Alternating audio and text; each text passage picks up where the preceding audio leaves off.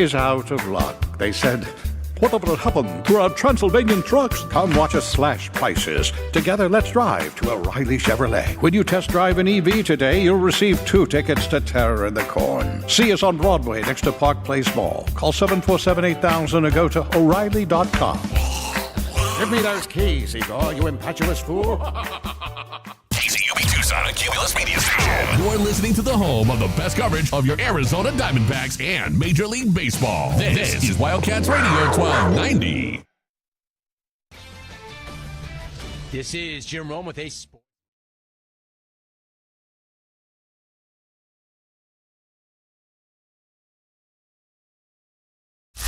Live from the CNWT. Wait, what's the CNWT? Central Northwest Tucson. Duh. It's DK on the Sports Tip with your host, David Kelly. Radio. Just when I thought I was out, they drug me back in. Featuring J.W. Madden. Don't tell me about flip-flops, man. I'm a native. David Amata. Hey, that's Dragon Ball to you. And Cricket getting you home with traffic and weather. Camp on Melt Lemon, not in the left lane on the freeway. Here we go!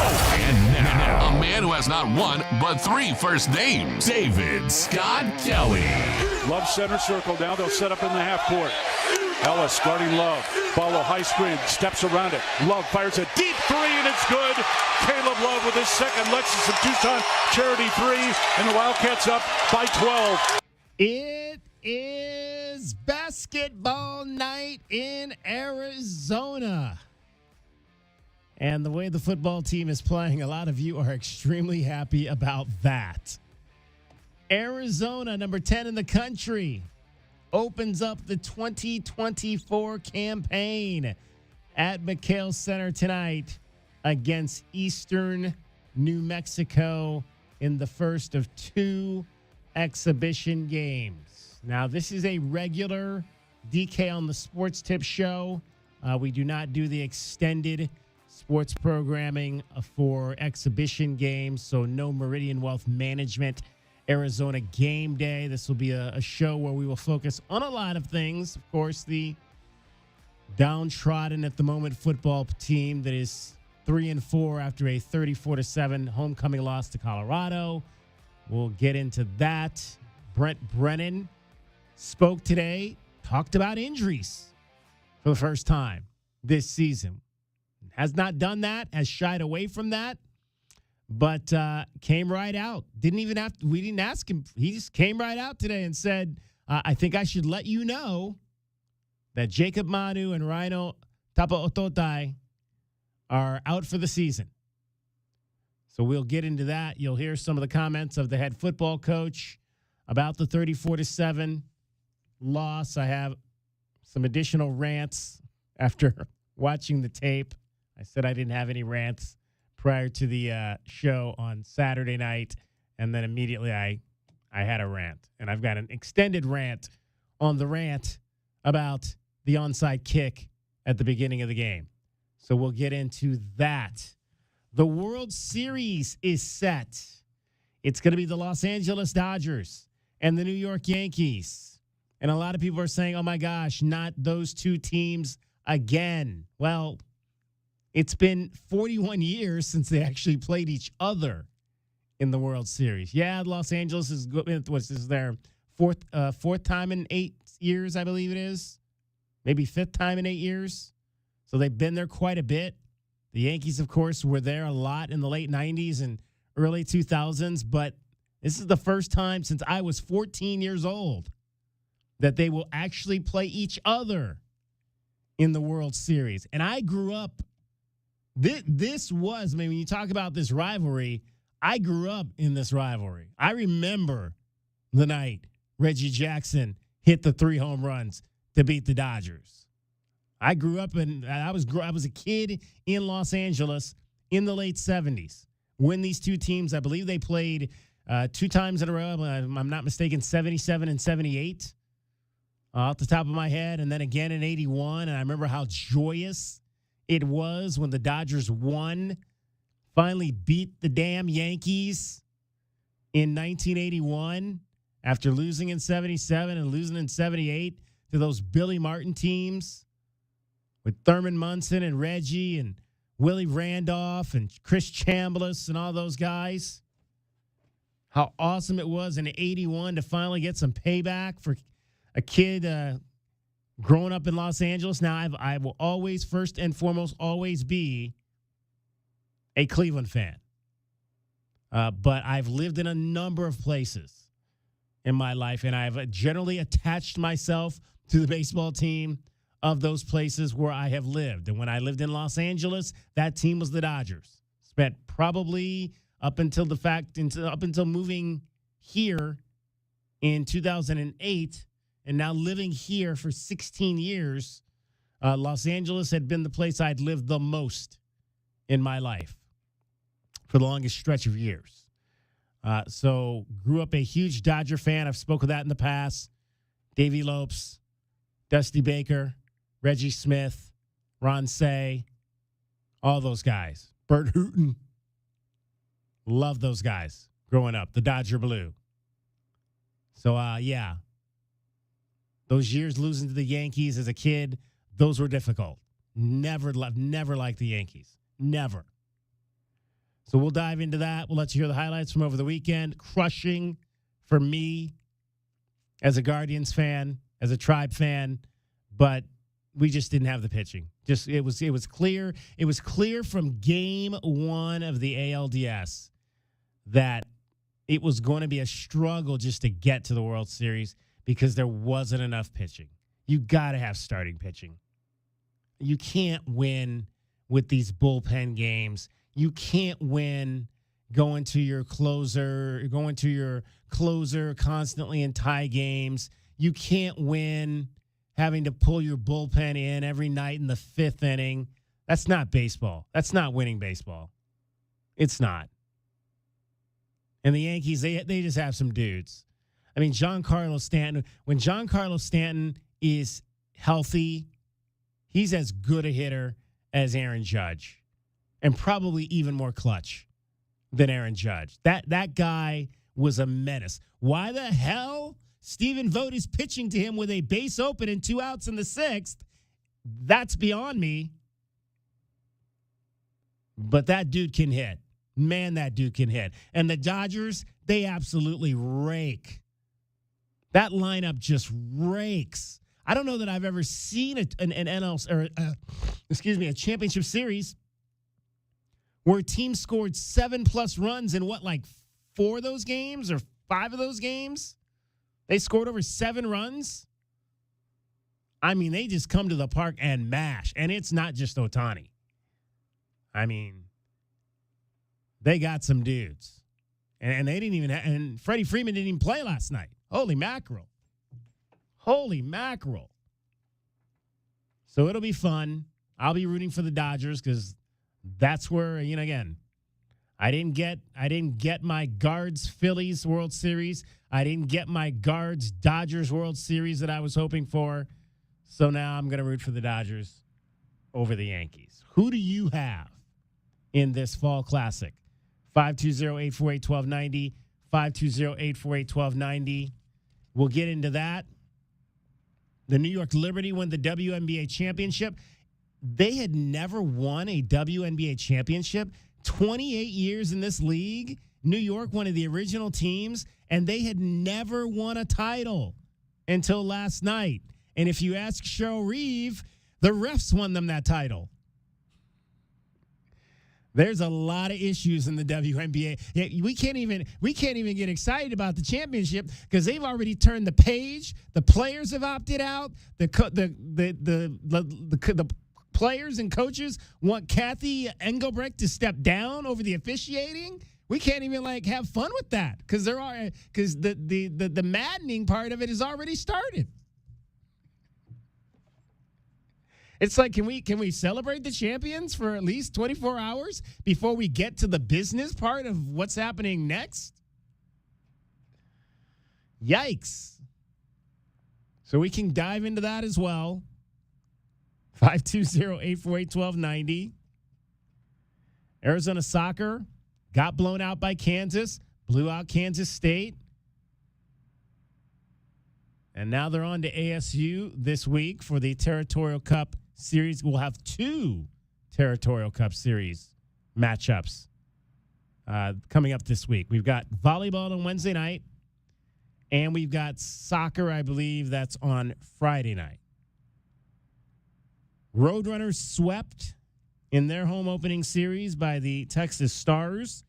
They lost 6-4 on Saturday night, and they blew a 3-1 lead yesterday afternoon and lost 4-3 with the Stars scoring 3 goals in the third period, including the game winner with 19 seconds to go. And then we've got the Cardinals playing on Monday Night Football tonight. Two Monday night games for your delight this evening. We will not carry either one of those games here on Wildcats Radio 1290, just in case you were wondering. 5:15, Ravens, Buccaneers. That should be a good one. Lamar Jackson against Baker Mayfield, an old AFC North battle there of quarterbacks that know a little bit about each other. And then you've got the Chargers and the Cardinals. The Cardinals are 2-4. This is a critical stretch. They're going to play 3 of their next 4 games at home against competition that they probably should beat and that they have to beat because they've already played 3 home games. And they're going to be looking at 6 after this stretch is done, which means the majority of the second half of the season for the Cardinals is going to be on the road. So if you don't get right now, you might not be getting right for this season. The good news is that Marvin Harrison Jr. is expected to play. We'll dive into that. Spencer Tillis from Burn City Sports is going to join us for our Monday Night Football update. We're going to talk with Victor Yates, one of my originals for Arizona football. He was on the team when I first got here in 2008. He was a walk-on. He has gone on to some great things, working up in the Valley. Actually worked at ASU for a few years. We'll ask him about that. Coaching some high school football up there. Victor has been a very vocal alum, sharing his feelings about this 2024 Arizona football season. So we will talk to Victor and get his thoughts on what he saw Saturday. 34-7 loss to the Colorado Buffaloes.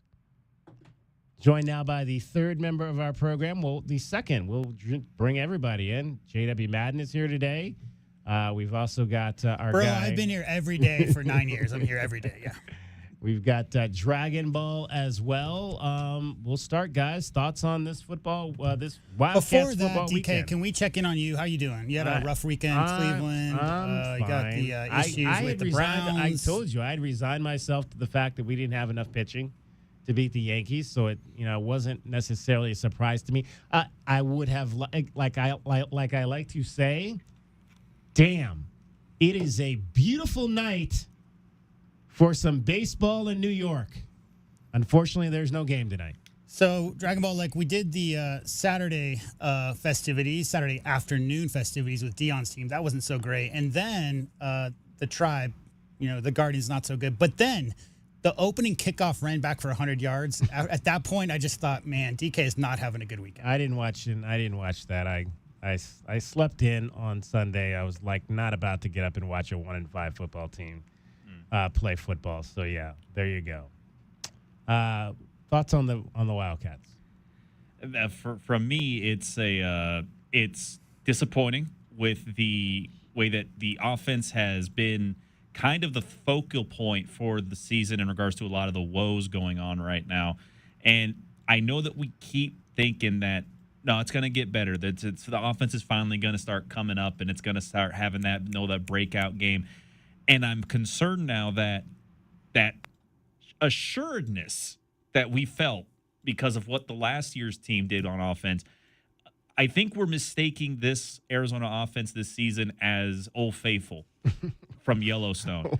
I think this is one of those other nameless geysers that maybe, just maybe, there's not as much consistency with the guys are going off this season compared to last something seems a little bit off with the tempo, with the timing and things like that for the offense this season. A lot of it, I think, probably is going to just be the offensive line and still having a little bit of uncertainty there. But the defense has done well to this point, but when you can't give them enough time to really kind of, get some breaths in them and have some time to go ahead and adjust, they're not going to have a great performance. And that's what happened in Colorado. Arizona didn't have long, sustained drives, didn't get a lot of scores throughout the contest. And the defense for Arizona, they got tired. I mean, that's probably the best way that I can think of describing what exactly happened. That's a lot to of them. words to say that this is not Alabama or Ohio State or Notre Dame or any of those marquee teams that have 5 stars waiting on the bench. And when they had the fish issues in March, a lot of people left. And Brennan didn't really have a cycle to even get any of his guys in. And so when you have those major injuries, what, DK, they're missing their top 4 defensive players now? Yeah. Is that right? Right. So when you have your top 4 defensive players out, and some of those guys were on first-round draft boards for the NFL, you're never going to recover from that because those guys behind them, again, are not 5 stars just waiting in the wings to get out there and show what you can do.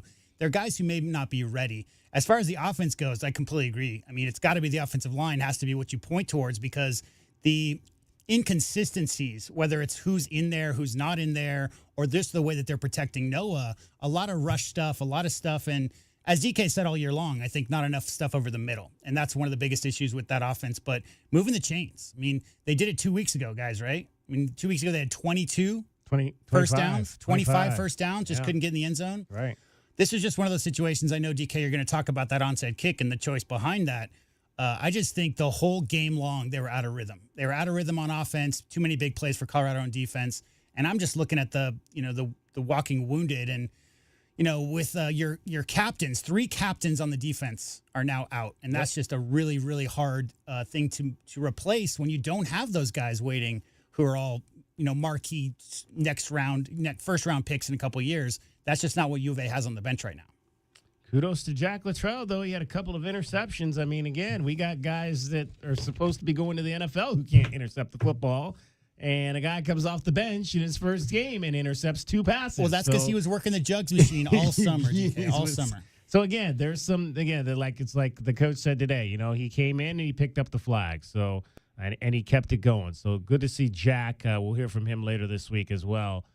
Play at a high level. All right, Dragon Ball is sitting across in the 3 seat because he's playing traffic again today. I told you not to play in traffic.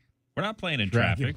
We're telling you about traffic. Okay, well, tell us how to get home or tell us how to get to our favorite place to watch the Cardinals beat up on the Chargers a little bit later. All right. From the O'Reilly Chevrolet Traffic Center, this is Wildcats Radio 1290 Traffic and Weather Together. A couple accidents already to watch out for on your afternoon drive. We have an accident with possible injuries at East Knox Drive and North First Avenue. This is south of Roger, causing some slowing on First. And another accident over on South 12th Avenue and on West Ajo Way. This is causing some major slowdowns on both sides of Ajo going towards the intersection there.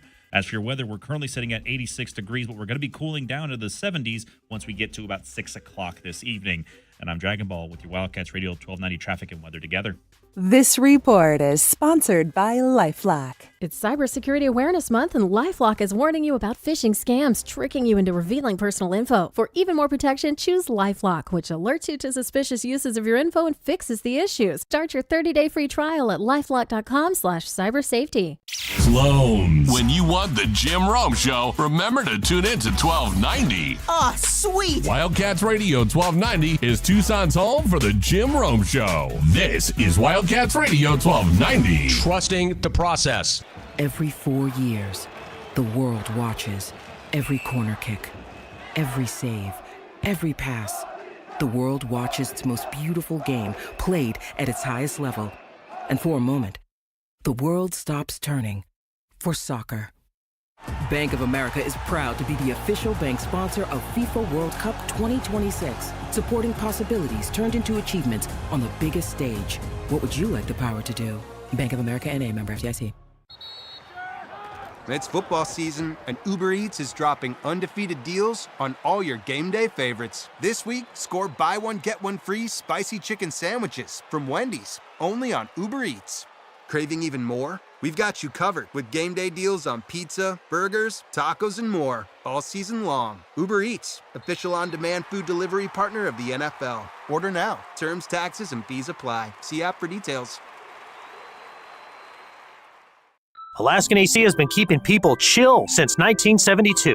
Oh, chill. Cool. I get it. It's a theme. No, it's not. It's not? The theme is 72, as in 1972. Is that why you dress like that? $72 for an Alaska vacation. Ooh. $72 for a service call. Neat. Even $72 off any repair. Whoa. This month, it's 72, 72, 72 to celebrate 1972, the year Alaskan AC opened its doors. And everybody was kung fu fighting. Everyone was streaking, too. Let's stick to what we do best. That's right. A $72 Alaska vacation is the perfect way to prepare for the upcoming season. It's so good, we guarantee no breakdowns. The $72 service call makes it easy to check any concerns. And saving $72 off any repair means that you can buy one of those cool banana seats for your rad bike. You have a weird definition of cool. 72, 72, 72. This month at AlaskanAC.com. Hey, Wildcat fans, Arizona football is here. Catch head coach Brent Brennan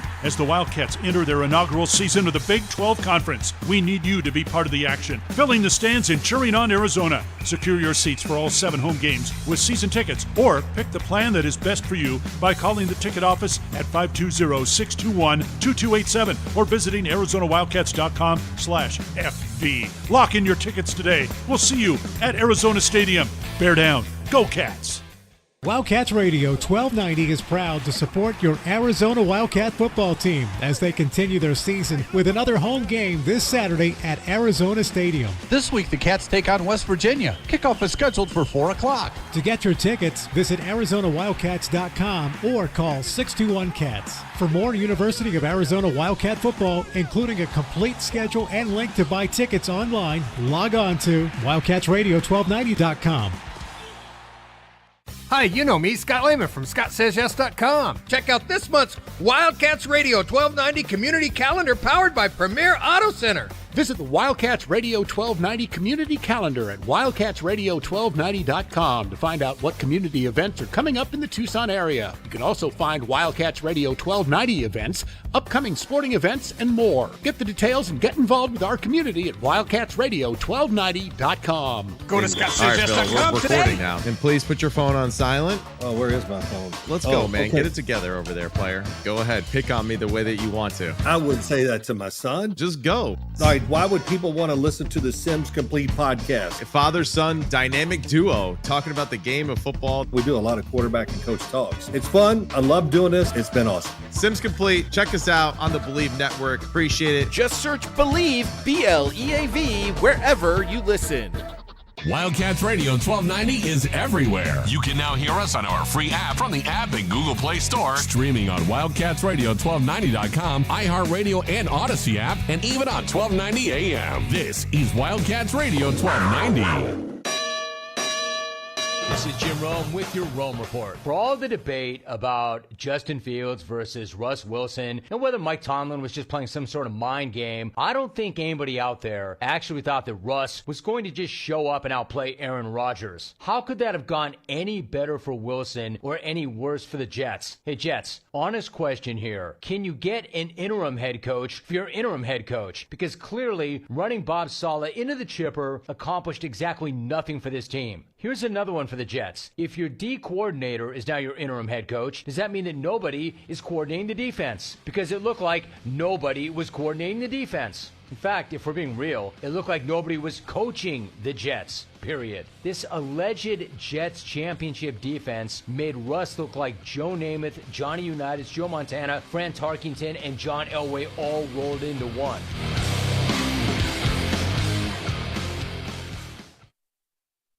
Football season is heating up, and PrizePicks is the best place to get real money sports action while watching football. The app is so simple to use. Just pick more or less on at least 2 players for a shot to win up to 100 times your money. Download the PrizePicks app today and use the code ROME, R-O-M-E, and get a $50 credit instantly when you play $5. That's code ROME on PrizePicks to get a $50 credit instantly when you play $5. PrizePicks, run your game. Must be present in certain states where it's lawful to wager. Visit prizepicks.com for restrictions and details. O'Reilly engine light on? Take the guesswork out of your check engine light with O'Reilly Veriscan. It's free and provides a report with solutions based on over 650 million vehicle scans verified by ASE certified master technicians. And if you need help, we can recommend a shop for you. Ask for O'Reilly Veriscan today. O'Reilly Auto Parts. DK on the Sports Tip on Wildcats Radio 1290. 520-848-1290. 520-848-1290 is the number to get in on the program. You can call us at that number. You can text us at that number. We're streaming the show today on a number of different platforms. You can watch the show on Facebook Live. You can watch it on YouTube. You can also watch the show on Twitch. So please head on over to your favorite streaming platform and do that. We do not stream the show anymore on Twitter because, Twitter wanted to start charging folks. You can also listen to the show on a number of different platforms. You can listen to it on our website, wildcatsradio1290.com. You can also download our app and listen to it there. And you can also listen to it on any of your, what do they call them, smart speakers, where you just say, hey, put on Wildcats Radio 1290, Alexa, or any of those other ones, and it'll pop right on for you there as well. Speaking of text, our guy Paul in Phoenix checks in. He says, heading to the Cardinals game against the Chargers tonight. So, David, here's some homework for Glenn and Kelvin. Well, I'm glad he's giving the homework to Glenn and Kelvin and not giving the homework to me. I really would like to know, Paul says, tomorrow, when I call in, how often we ran the ball on first down of each possession throughout the season. Wow. I'm just curious if we've become extremely predictable. How often we've run the ball on first down throughout the season. All right, that's going to take some research for sure there, Paul. I don't know if Glenn and Kelvin are going to be doing that research. That probably, you didn't ask me to do it, but it's probably going to fall on me to do that for you. So we'll try to get an answer to that for you, Paul. In the meantime, have a great time tonight at the Chargers game. That game kicks off at about 6 o'clock tonight on the West Coast here. So 5:15, Ravens and Buccaneers, 2 4-2 teams. 6 o'clock, Chargers at the Cardinals. Chargers enter at 3-2. They don't have a very good offense at all, but they've won 3 games this season. And the Cardinals, who have struggled mightily on offense, they were down 24-0 at one point last week in that loss at Green Bay. And so both of these teams offensively challenged. What's the over/under on this one? 44.5. That's 5 points less than the over/under on the Ravens-Buccaneer game. I've got some BetQL 5-star plays around this game, around both of these games, actually. I think, both of these games that we will get into for you a little bit later before we get to kickoff tonight on both of them. All right, I want to get into just a couple of things on the Arizona Wildcats and after watching the tape. And we'll dive deeper into this tomorrow as we do every Tuesday. It's Wildcat Breakdown. Glenn Howell will join me for that. But there's a couple things I want to dive into. And one, I kind of ranted about the onside kick. So we'll get into that as well. 520-848-1290. Let's open, though, with a call from Sam. You're on DK on the Sports Tip, Wildcats Radio 1290. Hey, love the show, long-time listener. Hey, my thing on that game, and I know the line didn't do it great, but I thought they did by some time. We have what we call in football play, the quarterback, he has 3 seconds, he should be able to get a pass off. I saw zero confidence in Noah. No confidence. I noticed in the second half he started looking to run more, and that is a sign of have no confidence in throwing the ball. And that's what I'm seeing in him. He is not the same quarterback he was last year.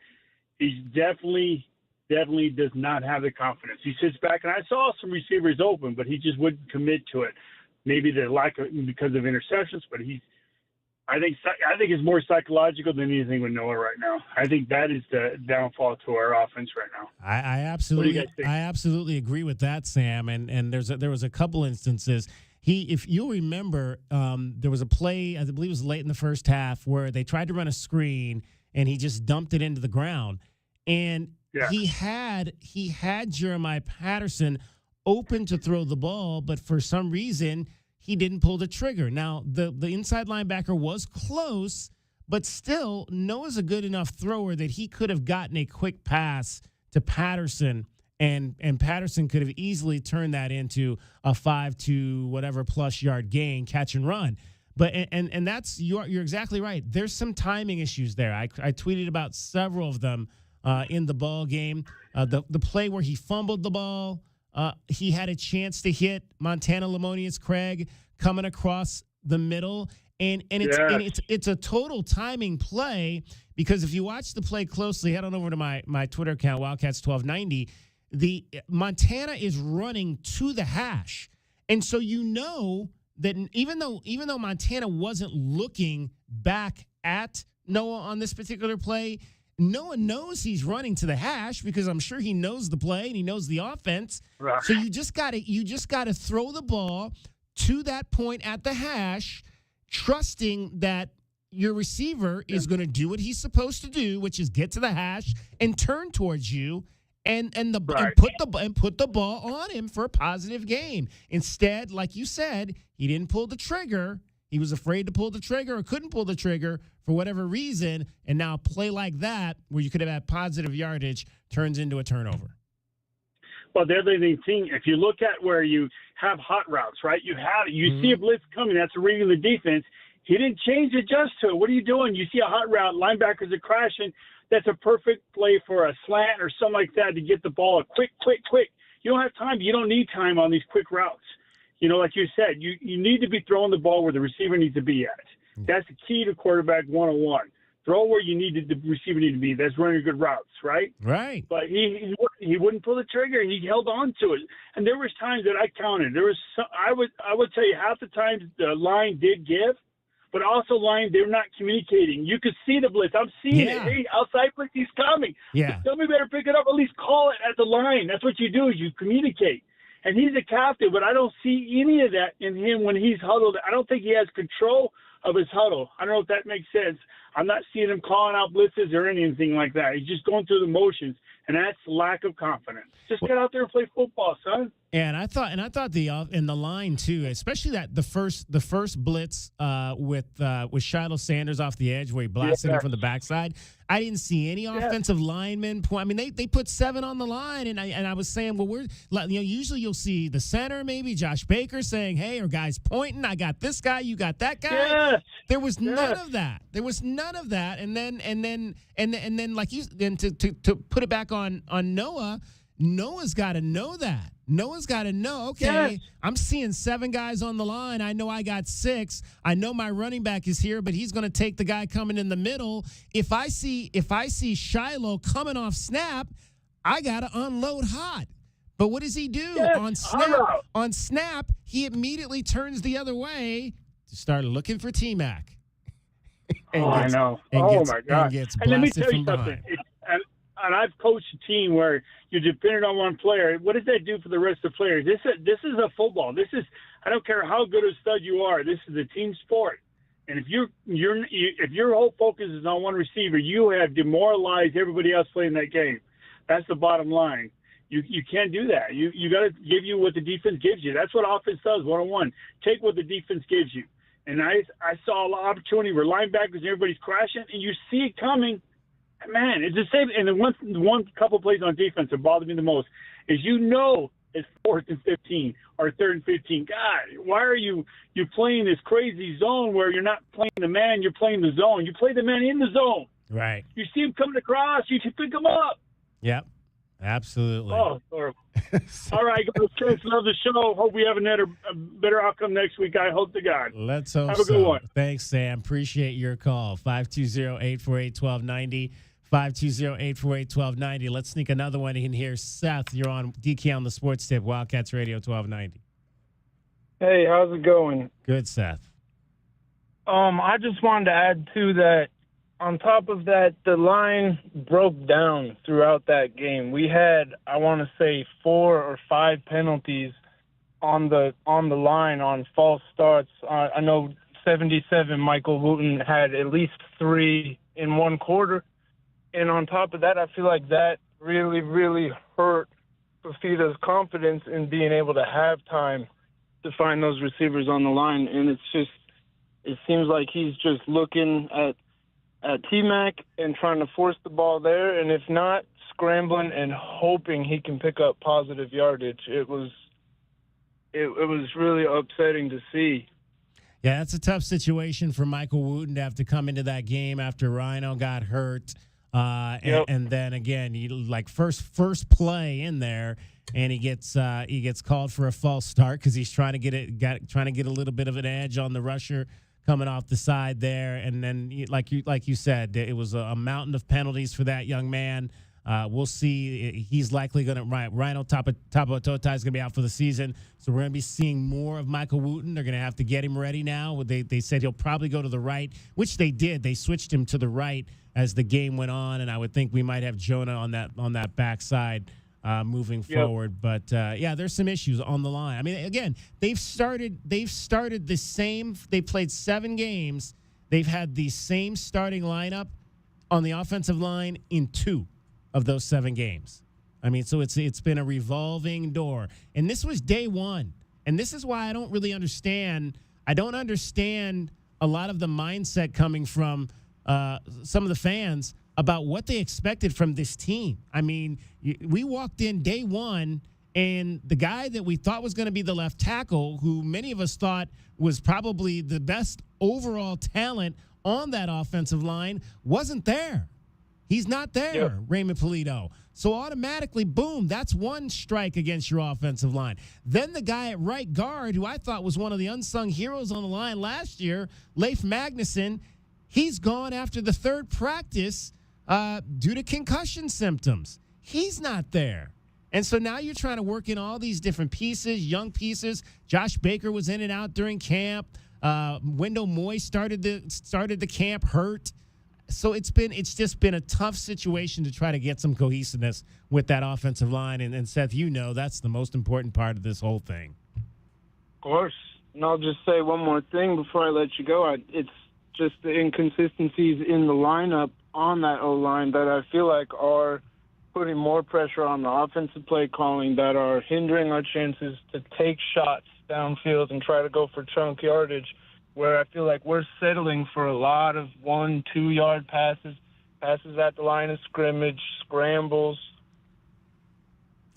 You're absolutely right, Seth. You're absolutely right. We'll see if they can get that together. I appreciate your call, Seth. Thank you so much for checking in. All right, that opens up a line, 520-848-1290.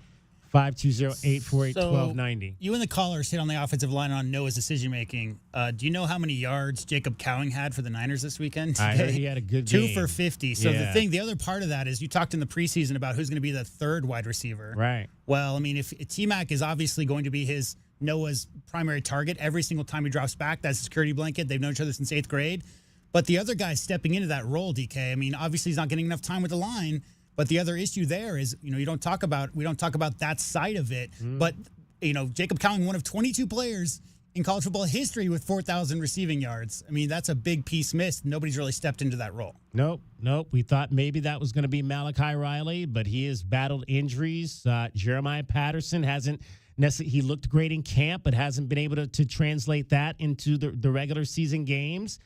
You lose an NFL guy in the tight end room, and Tanner McLaughlin, and Kean Burnett hasn't been healthy and sat out again this past game. He's been in and out of the lineup due to injuries, and that was a kid we thought was going to have a really big year. But if he's not healthy, he's not in there. And again, it's been since day one. The injury bug creeped up, and it's been consistent. And then you can throw T-Mac into that. I think it's lost how much it hurt him. He missed all of the spring. He missed all of the summer, and didn't come back until it wasn't full go until I believe like maybe two plus weeks into camp. That's a lot of missed time when you're trying to learn a new coaching staff, and it just hasn't meshed. It hasn't meshed, and hopefully it will begin to down the stretch. There's still everything you want is still out. Well, maybe not the playoff, But everything else you want besides the playoff is still out in front of you to be grasped. The question is, can this team grasp it? DK on the sports tip, much more coming up for you. We'll dive into more thoughts after watching the tape. Cricket, I should say, Dragon Ball is in for cricket, and he's getting you home every 20 minutes on the fives with your traffic and your weather. From the O'Reilly Chevrolet Traffic Center, this is Wildcats Radio 1290 Traffic and Weather Together, sponsored by O'Reilly Chevrolet. 6th Street still closed between Stone and Church Avenue until spring of 2025. Westbound 6 will be directed northbound at the Stone and 6th Street intersection. Eastbound 6th Street can get around this closure with Granada or Church Avenue. For your weather, we're still looking at about the mid-80s right now, but we're going to be cooling down to the 70s here tonight. I'm Dragon Ball with your Wildcats Radio 1290 Traffic and Weather Together. This report is sponsored by ChumbaCasino.com. Welcome to the ultimate playground for Test online drive a new social EV casino today at O'Reilly Chevrolet and receive 2 tickets to Terror in the car. Get with it. You'll love it. And trust, it doesn't bite. But as you know, I do. O'Reilly Chevrolet. Alaskan AC has been keeping people chill since 1972. Oh, chill. Cool. I get it. It's a theme. No, it's not. It's not? The theme is 72, as in 1972. Is that why you dress like that? $72 for an Alaska vacation. Ooh. $72 for a service call. Neat. Even $72 off any repair. Whoa. This month, it's 72, 72, 72 to celebrate 1972, the year Alaskan AC opened its doors. And everybody was kung fu fighting. Everyone was streaking, too. Let's stick to what we do best. That's right. A $72 Alaska vacation is the perfect way to prepare for the upcoming season. It's so good, we guarantee no breakdowns. The $72 service call makes it easy to check any concerns. And saving $72 off any repair means that you can buy one of those cool banana seats for your rad bike. You have a weird definition of cool. 72, 72, 72. This month at AlaskanAC.com. Hey, Wildcat fans, Arizona football is here. Catch head coach Brent Brennan as the Wildcats enter their inaugural season of the Big 12 Conference. We need you to be part of the action, filling the stands and cheering on Arizona. Secure your seats for all 7 home games with season tickets, or pick the plan that is best for you by calling the ticket office at 520-621-2287 or visiting ArizonaWildcats.com/FB. Lock in your tickets today. We'll see you at Arizona Stadium. Bear down. Go Cats. Downy Rinse and Refresh. Break up with stinky clothes. Rinse it out. Every now and then I get a little bit tired of the stinks that just will never come out. Oh, Downy the rinse straight. Every now and then I rinse it out. One wash and it delivers. One wash, it smells so clean. Downy Rinse and Refresh, it's a dream. Downy Rinse and Refresh. Fights odor in just one wash. Guaranteed. Sometimes I struggle to get to sleep. My body stopped for the day, but my mind is still running. So I take ZzzQuil. ZzzQuil, the world's #1 sleep aid brand, has a range of non-habit-forming products to fit you and your family's needs. Invest in a great night's sleep for the best you tomorrow. I'm awake and ready to take on anything. Better days start with ZzzQuil nights. Explore our products at ZzzQuil.com. Use as directed. Keep out of reach of children.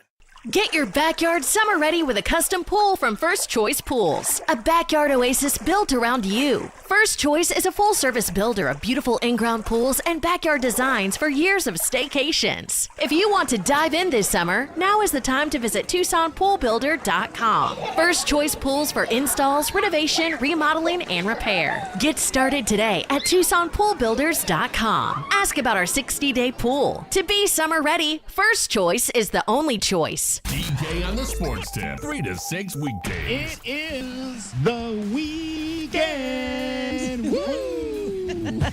Peach Mania and the Green Chili Roast tomorrow and Sunday. Green chili, what? Wait, what? Green Chili Roast. They'll roast up the green chilies for you. I'll be there. I know, right? You can buy like a 50-pound burlap sack Nothing of chilies. smells better than green chilies roast. So good, right? I don't know what I'm doing yet for fun this weekend. You're going to the mud pit. I don't think I'm going to the mud pit. Wildcats Radio 1290. This is Jim Rome with a Sports Minute. Hey, Niners fans, no, I did not forget about you. I just did not start the morning by talking about your team getting hammered again by Kansas City. You know why that is? Because at this point, it's kind of expected, right? They've now beaten you 5 times in a row, including twice in the Super Bowl. And if there was ever a time to finally get over on Kansas City, it was yesterday. I'm Jim Rome.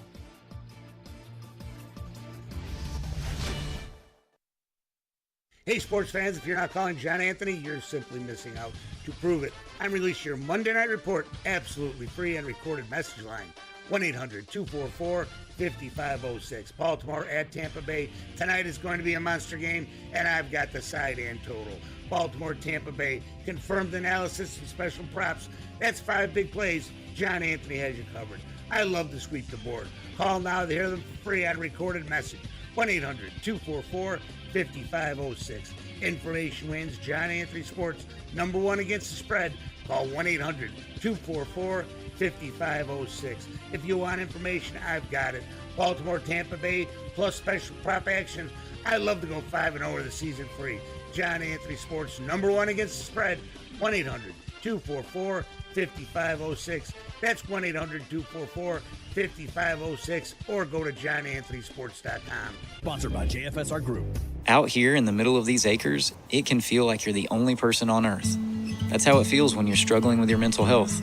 But you don't have to feel alone.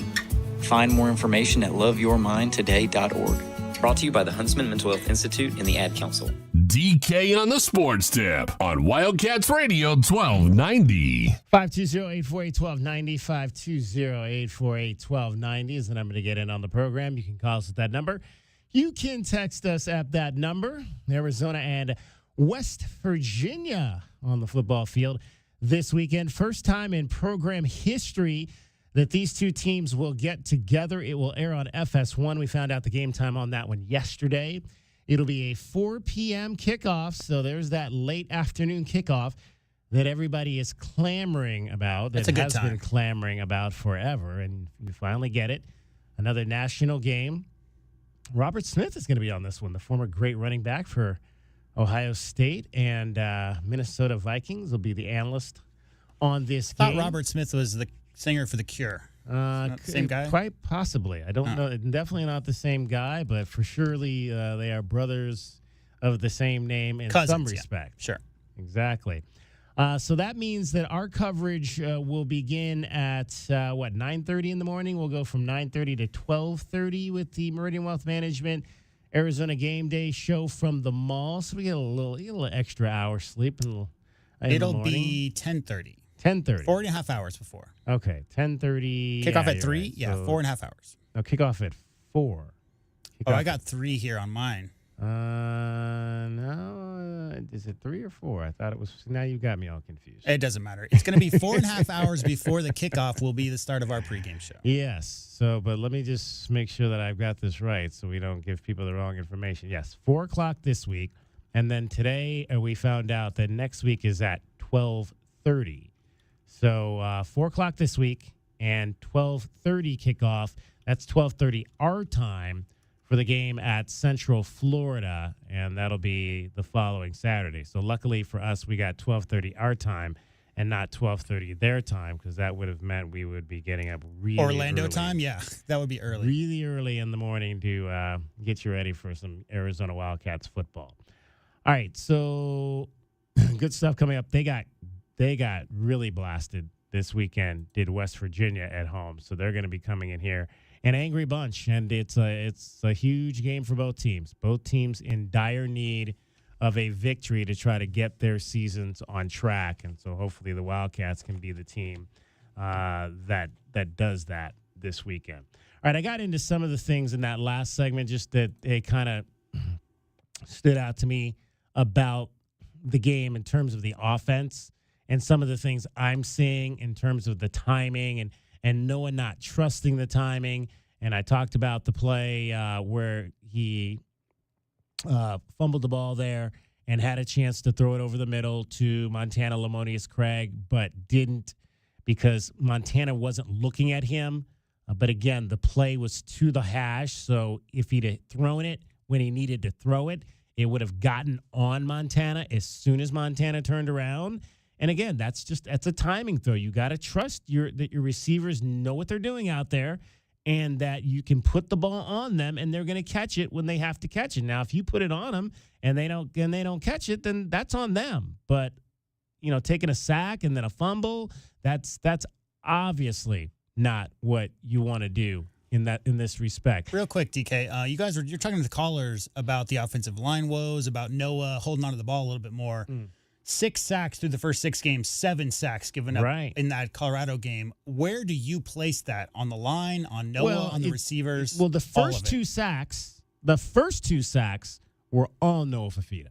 And that was the one we talked about. We talked about the one where Shiloh came off the edge. That was the second play of the game. But you also mentioned that the center didn't point out that Shiloh was coming off the edge as well, right? That communication, pre-snap communication. There was no communication from anyone. There was no communication from the line. There was no communication from. But still, it's still to me, even if there's no communication from your line, as the quarterback, you got to look at the number. You've been talking about pre-snap Noah reads, and you're talking about where the defense is as it comes to where his receivers are about to go. But that pre-snap read is also looking over and seeing Shiloh is about to come from the backside. You gotta know that. I got it. If I'm standing in shotgun and I see, okay, I got 6 guys. I got 5 offensive line and my running back, and they've got 7 on the line. And I see Shiloh over there, my first thinking is, okay, if my initial read is to go to T-Mac on my right, if I see Shiloh coming, that changes the plan. And you've got to at least take the snap and be looking at him first, knowing that you don't have any protection coming from that side. And don't you send the running back in a little wheel to the spot where Shiloh's coming from? Well, no, because again they had 7 on the line, so they were showing blitz up the middle. So the running back is going to take the guy up the middle, which he did. In the gap. Yeah, he took the running back, who I believe was Qualley, took the blitzer up the middle perfectly. Yeah. Got him perfectly. So in fact, if you go back and watch that play again, they had the other 6 positions were blocked perfectly. They was 7 versus 6. The clean guy coming off the end was Shiloh. And so if I'm Noah, I'm taking that snap and I'm immediately looking at Shiloh left. And if he's coming, I know I'm throwing hot to Chris Hunter. Yeah. Because Chris Hunter did a cross and was open right over the middle. But he didn't do that. He took the snap. He did the same thing last week when he fumbled the ball. When he fumbled the ball deep in his own end zone, he didn't look to the side where he was unprotected. He immediately took the snap and looked the other direction. He did the same thing here. He looked the other direction, fixated on throwing a 10-yard out to T-Mac when you got a blitzer coming off your blind side and you got to throw hot to that side. And he didn't see it. And I said I beat up Anu Solomon and Khalil Tate for this same thing. And I'm going to beat Noah up for it because you got to be better in that situation. You're the quarterback. We can talk all about the offensive linemen not doing their job and not knowing and sliding, but you're the quarterback. You got to initiate that. You got to get them in the right. If they need to shift or they need to block down or they whatever, you need to be the guy that gets them in that. If Josh Baker can't do it up front at the center position, you're the quarterback. You need to do that. And you need to be mindful of where your blitz is coming from. And so that play, and then that was second down. And then the next play, it's 3rd and 10 because he got hit, incomplete pass. 3rd and 10, he had another shallow cross to Sam Olsen, and he doesn't throw the ball.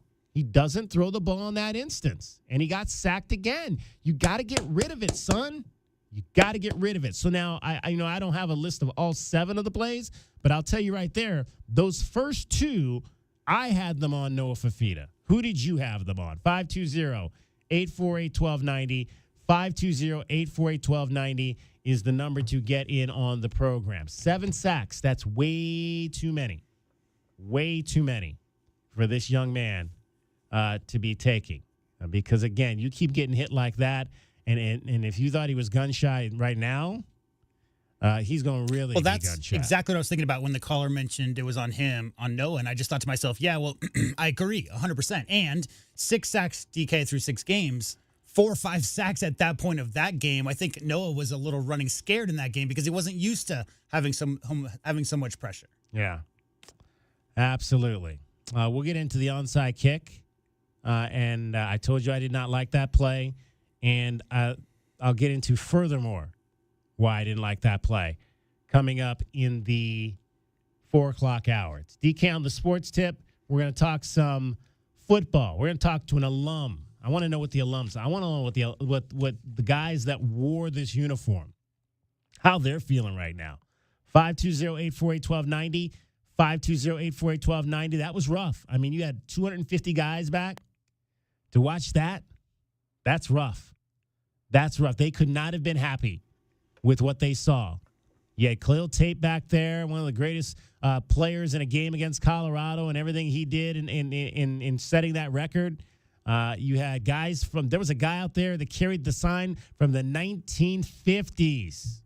There was one guy. They all had signs. Every decade had a sign. There was one guy carrying the 1950 sign, man. Loved seeing that on Saturday. Guys from the 50s all on down to the 2010s.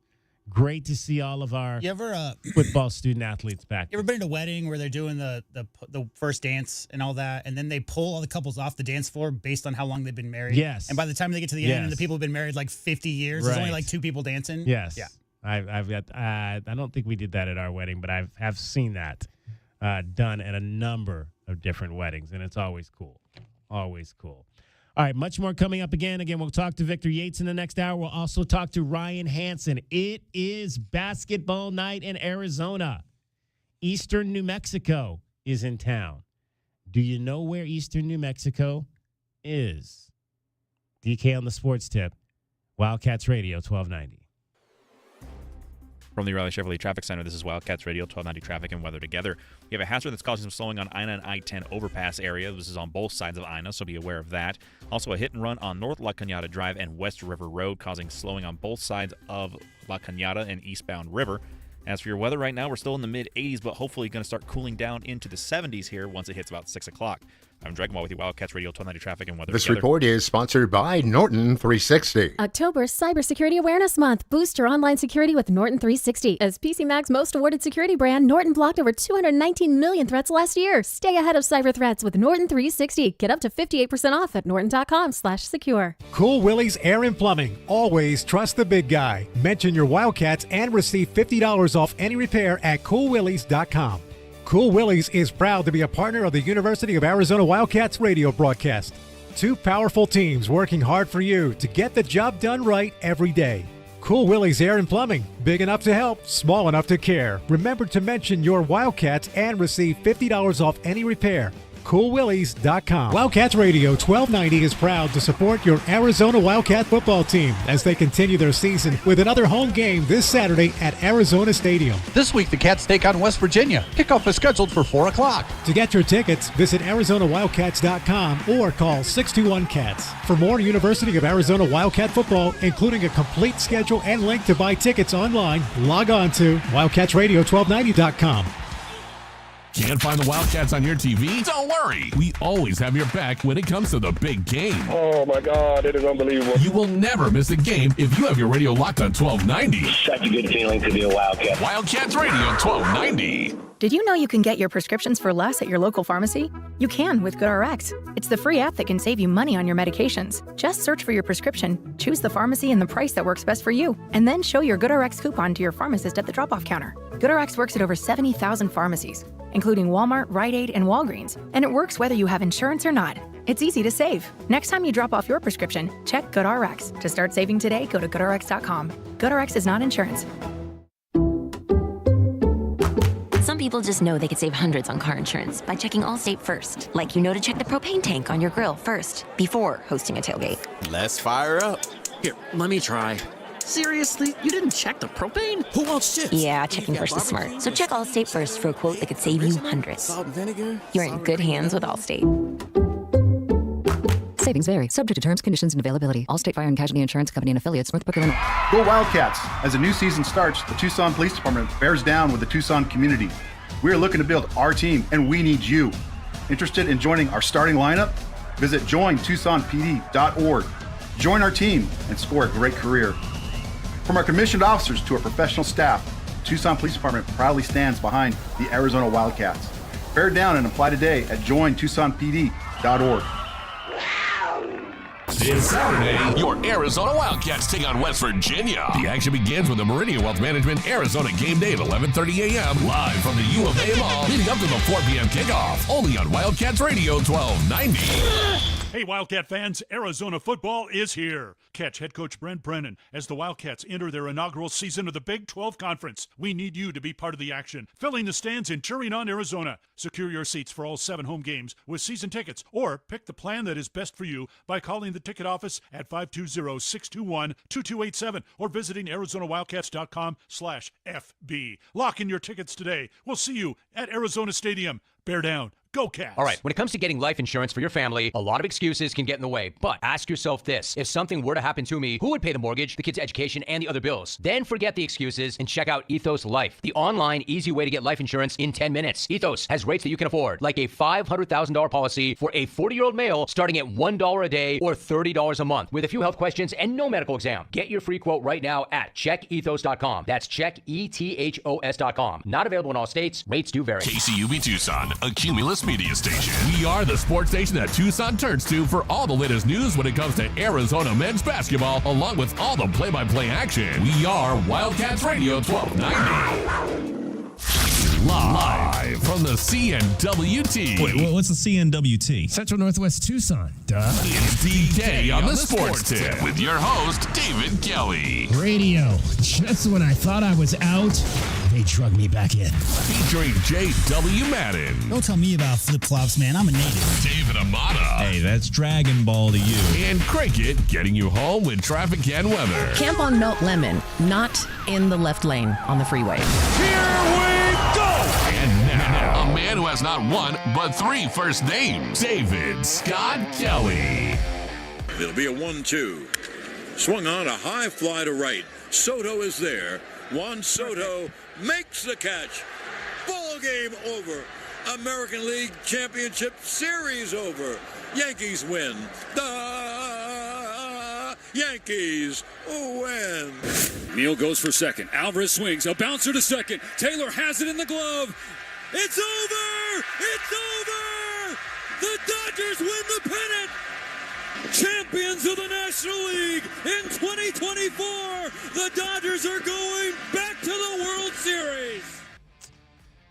Man, is it a beautiful night for a baseball game in New York. Unfortunately, there's no game tonight. And Cleveland fans like me are a little disappointed about that. My wife was, she's back home this week. She went back a week ago plus, and she was at Game 5 of the Tribe Tigers series, which was a clincher. And then she went to Games 4 and 5 of the ALCS. And so she texted me on her way home, or actually she called. And we were talking, and she's like, well, at least she's going to be there another week. She's like, at least this week my life won't be dominated by what's happening around baseball. And I said, yeah, but isn't it so fun to have your life dominated by baseball in October? I've told the story a number of times of 1997 and covering that run for the Indians to the World Series, to Game 7 of the World Series against the Marlins. And at the time, I was covering the Browns. That was my main gig that I was doing in radio at the time, but also had ancillary coverage around the Indians as well during the postseason. And I just remember Game 6, so they win. It was like they played the middle 3 games in Cleveland that year, and it was cold. I think it was Game 4. It was like 34 degrees. I was like, I'm not going. I was like, I'm not going to go stand out there for 4 hours in 30-degree weather. I mean, not happening. So I didn't go that night. I think that was the one game the Indians won at home. Jarrett Wright pitched that night. Then I went for Game 5, and they lost Game 5, so it was 3-2 going back to Miami. Game 6 was on a Saturday night. I remember that game. A friend of mine's sister was having a hayride that night. So we go on this hayride out in like suburban Cleveland, and in the kind of the area where all the trees and all that are, and pumpkin patches and all that. And so we get out to this one part of the hayride, and like we literally had, remember those little box TVs that you could like carry around? We had one of those with us. So we have this like little black and white, like 10-inch box TV out at the bonfire, and we've got Game 6 on it. watching Game 6 of the World Series. And I remember getting up the next morning, which was Sunday, for Game 7. And literally it takes over your life for the entire month of October. And I remember getting to Sunday, and I remember waking up, and I said to my roommate, I'm ready to have my life back. Because it literally, like my wife said, when you live in a city like that and you follow the team, your whole life revolves around, is there a game tonight? Is there a game tonight? Are we going to the game? If we're not, if they're out of town, where are we going to watch the game? I mean, that's your whole life for an entire month. We lived it last year here with the Diamondbacks. I wanted to bring that up because the juxtaposition, DK, of last year's World Series with one team that had won once, what was that, 99? Yeah. Another team, the Rangers, that never won. Right. And now we're talking about the two most storied franchises in the history of the sport. So could it be more different than the 2023 World Series versus the 2024 World Series? Right. And it's interesting because a couple of weeks ago, and I want to bring these numbers back up, our question of the day was, what signifies a team of destiny, I believe is what the question was that we asked that day. And we asked it because the Tigers were on their run, and they had the Indians down at the time. I think it was 2-1 in that series, and it looked like they were going to go to the ALCS. And this was a team that was 10 games or whatever it was under 500 in August, and somehow found their way in as a wild card, and now we're one win away, and got to a point where they were actually, 9 outs away from advancing to play for the pennant. And we asked, like, is that a team of destiny? And what I said at the time, and we put the question out there as our question of the day, was, to me, a team of destiny is a team that was supposed to win from day one, that you thought was the best team from day one, and then that team goes all the way through. So the example we put in the question was, are the Tigers a team of destiny because they kind of came out of nowhere in the final month and a half of the season to sneak in and almost have a chance to play for the league championship? Are they a team of destiny, or is it a team like, say, South Carolina women's basketball, who everybody said at the beginning of the season, this is the best team, this is the team that should win, and then they went out and won the championship? And to me, and I said, to me, it's the team that everybody thought on day one was going to win this whole thing. And for me, that team is the Dodgers.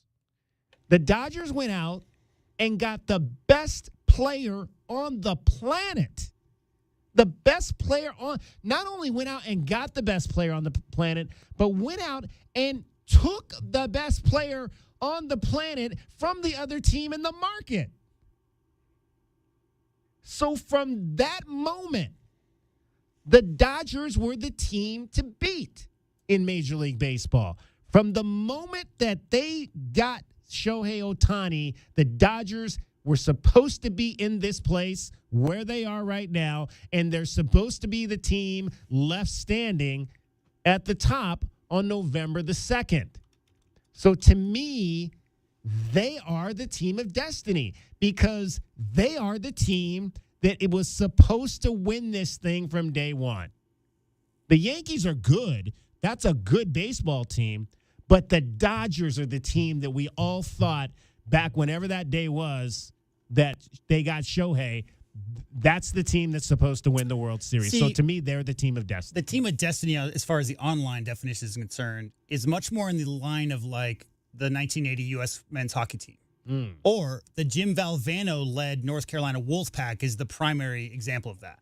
And what I mean by that is, like, as far as the online definition of team of destiny, it's a team that overcame all odds against them, that consistently came up, and somehow they were able to overcome that. So in North Carolina's case, They had to win the AC tournament that year just to get into the NCAA tournament. Right. They were not in the NCAA tournament. They had to win 5 games against some very good teams just to make the NCAA tournament as a Just like last year's team as did, a right? 500 team, and then ended up winning the championship over Ralph Sampson and those guys. So I think, by that stretch, I mean, I don't consider the Dodgers necessarily, just because how many obstacles have they had to overcome in this recent run?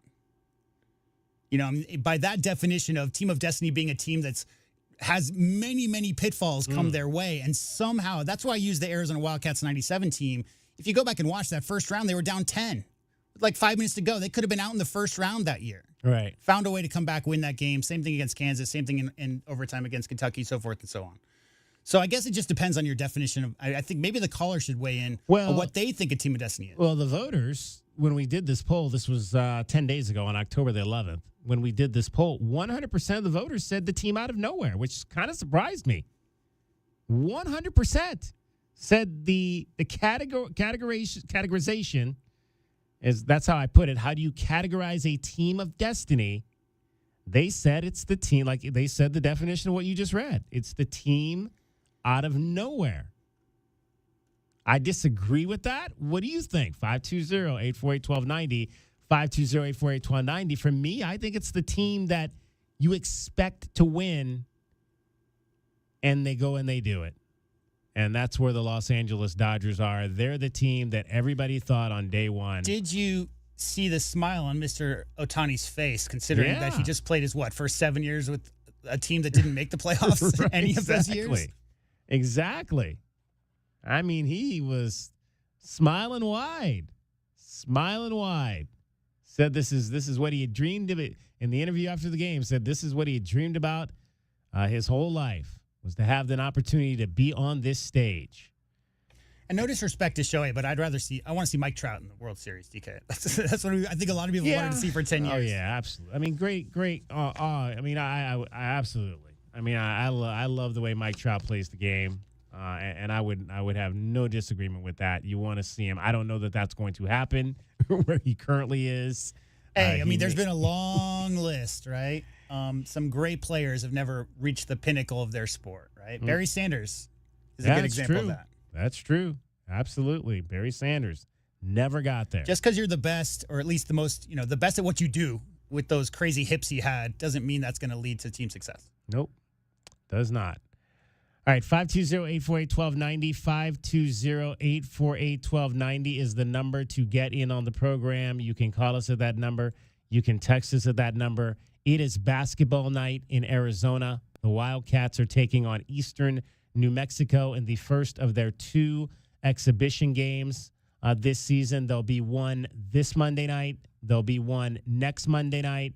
You'll hear both of those games right here on Wildcats Radio 1290. We're going to have some bridge programming, not a full pregame show for you, but we will take you right up to Brian Jeffries at 6:30 tonight with some bridge programming. You'll hear from Tommy Lloyd. You'll hear from Trey Townsend and get you set for this game tonight at McHale Center. If you're going to the game, we want to hear from you as well. 520-848-1290. Let us know how you're feeling about basketball season finally being here. Eastern New Mexico tonight, Point Loma next Monday night, and then Canisius to start the season for real in 3 Monday nights. So we've got basketball the next 3 Monday nights here in Southern Arizona. Monday night is going to be basketball night in Arizona. And because of that, that means that we will not have a Brent Brennan show tonight.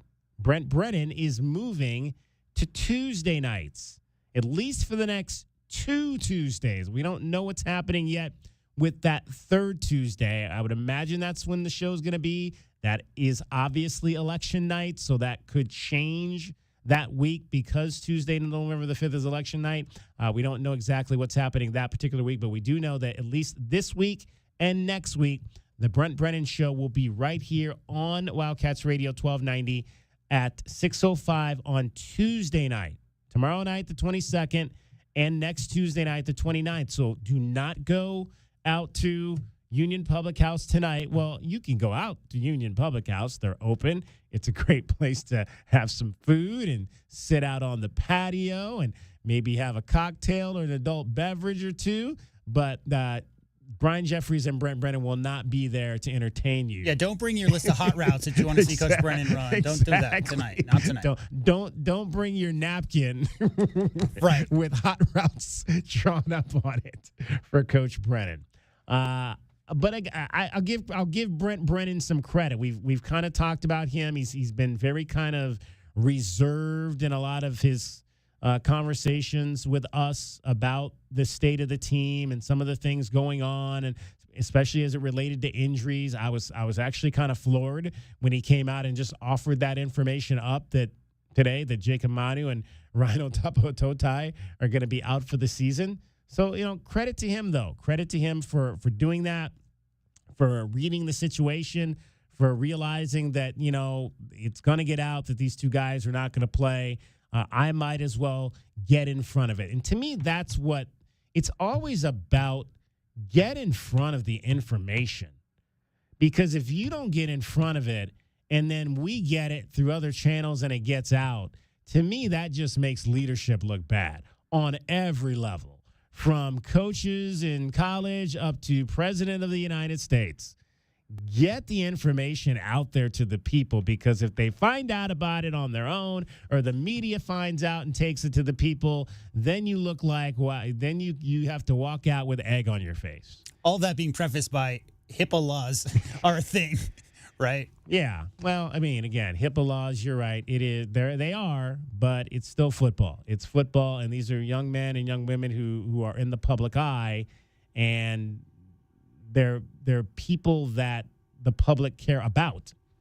And so, I guess all I'm saying is that the coach, I agree. I think the coach, you talked about the SEC and the Big Ten moving to that system of actually having injury reports, right? And that potentially could be the way that all college football does.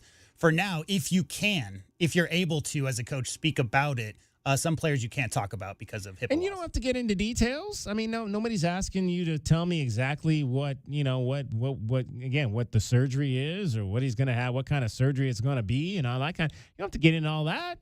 Just say, I mean, like today when he talked about Gunnar Maldonado, Gunnar's going to have surgery, and we're waiting for the swelling to go down. Okay, you don't have to say anything more than that. I still don't really know what is it a knee? Is it, I would imagine if it's swelling, it's probably a knee. I mean, not much else on your leg swells up that you would be concerned about for surgery. He did not come out and say Gunnar's out for the season, but I would imagine if he's having surgery, unless they're thinking that it might be a 4 to 5 week, 6 week thing where he could come back for a bowl game. I don't anticipate that we'll see Gunnar Maldonado anymore this year. All right, we're going to talk to an alum, get his thoughts. Victor Yates will join us. DK on the Sports Tip, Dragon Ball, getting you home every 20 minutes on the fives with your traffic and your weather. From the O'Reilly Chevrolet Traffic Center, this is Wildcats Radio, 1290 Traffic and Weather Together.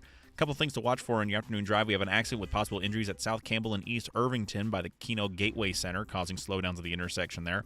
We also have a crash at West Sumter Drive and North Shannon Road, and this is just north of Linda Vista, causing some slowing on Shannon.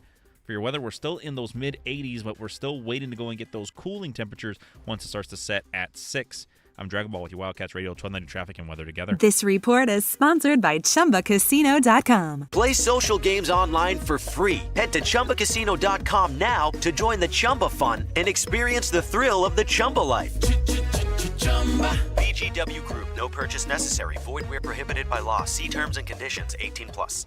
There is a difference when it comes to sports radio. If you want Wildcats play-by-play and the NFL and the Super Bowl, you turn to 1290. Come on, it's brilliant. This is Wildcats Radio 1290.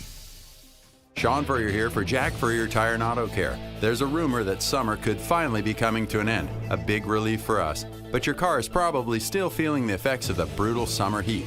So now's the perfect time to stop by any of the 14 area Jack Furrier Tire and Auto Care locations for a complimentary check of your brakes, batteries, coolant levels, and wiper blades. Those are just a few of the things to help keep your car road trip ready. And when those cooler overnight temperatures finally do arrive, some of you will see your low pressure warning light come on. But don't worry, you can stop by anytime for a free tire inspection and air pressure check. And if your tire sensor really is a problem, we can fix that too. Mention this ad and get free installation and tire rebalancing with the purchase of any new tire pressure sensor. Visit jackfurriers.com for even more specials. And for fast, friendly service, you can make an appointment online. Call ahead or just drive up and find out why Jack Furrier Tire and Auto Care is the locals' favorite for tires and automotive repair. Jack Furrier Tire and Auto Care. Since 1960, we're here to get you there.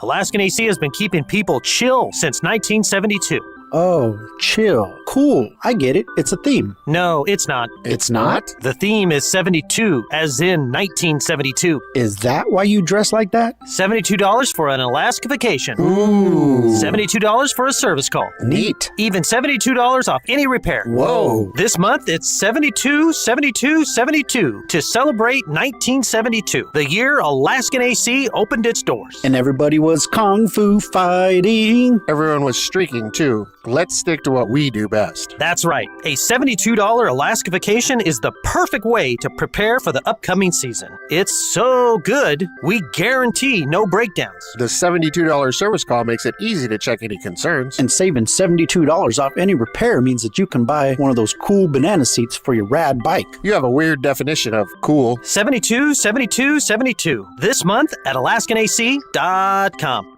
Experiencing the natural wonders comes easy at Rockin' K. Nestled at the base of the Rincon Mountain foothills, enjoy stunning mountain views up close every day. In the top-rated Vail School District, Rockin' K is close to work, shopping, and services.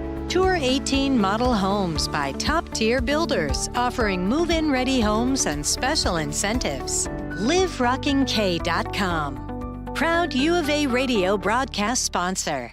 Your home for in-depth conversation. Nothing they do is by surprise. They telegraph what they want to do, and then they brag about it afterwards. It's a way to keep us at each other's throats. The most pressing issues. This was just a white on black crime, and you can already see the narrative starting to form in real time. And fresh perspective. The air marshals will not be on the airplanes because they're down at the border escorting illegal aliens to their Ubers. America's most loved truth tellers live on Tucson's home for conservative talk. This is Freedom 1400. Remember, you can hear all the action of Arizona men's basketball this season with Brian Jeffries on Amazon's Alexa by saying, Alexa, play Wildcats Radio 1290. The only place to hear Arizona men's basketball is Wildcats Radio 1290.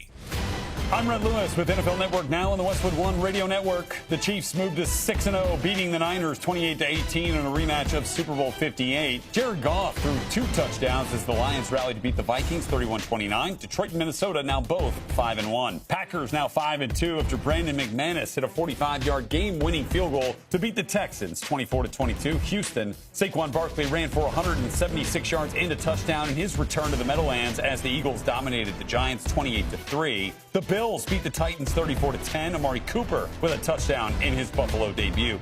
The Bengals won 21-14 in Cleveland. Browns quarterback Deshaun Watson feared to have suffered a torn Achilles, according to NFL insider Ian Rappaport. James Daniels left with a rib injury, but the Commanders rolled 40-7 over the Panthers. And on Sunday Night Football, the Steelers beat the Jets 37-15 in Russell Wilson's Steelers debut. He threw 2 touchdowns and ran for another. This has been NFL Network Now on the Westwood One Radio Network.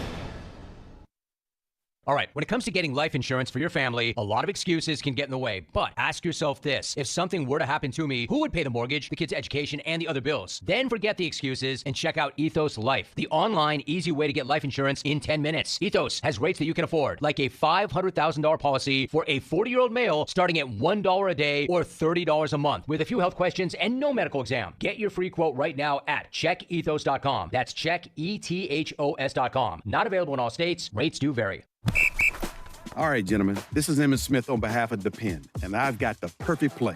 Run straight to your doctor's office for a life-changing catch. Because when prostate cancer is caught early, it's up to 99% treatable, and 1 blood test might be all it takes. And now through November, Depend is donating to the Prostate Cancer Foundation for select purchases. Talk about a great play. From September 1st to November 30th, Depend is donating 40 cents to the Prostate Cancer Foundation for Depend Shield Guards RealFit products purchased in the U.S. up to a maximum of $300,000 void in Mississippi.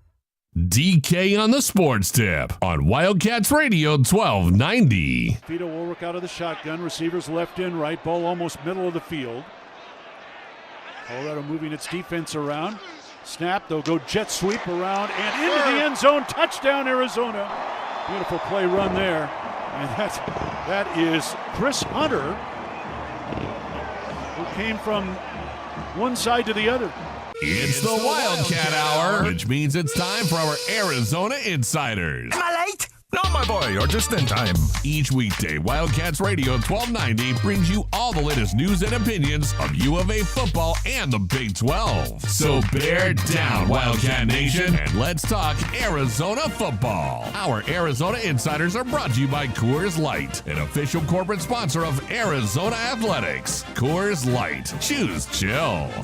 All right, let's talk about the 34-7 loss by the Wildcats to the Colorado Buffaloes and all that is Arizona football. Pleased to be joined by Arizona Wildcat alum, Palo Verde High School grad, and state champion Victor Yates joins us now. Victor lives up in the Phoenix area now. If I'm not mistaken, Victor, you coaching a little high school football up there right now?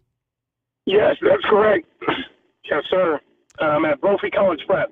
Brophy College Prep. That's the same region that the South Point Catholic Lancers are in. So how's the season going thus far?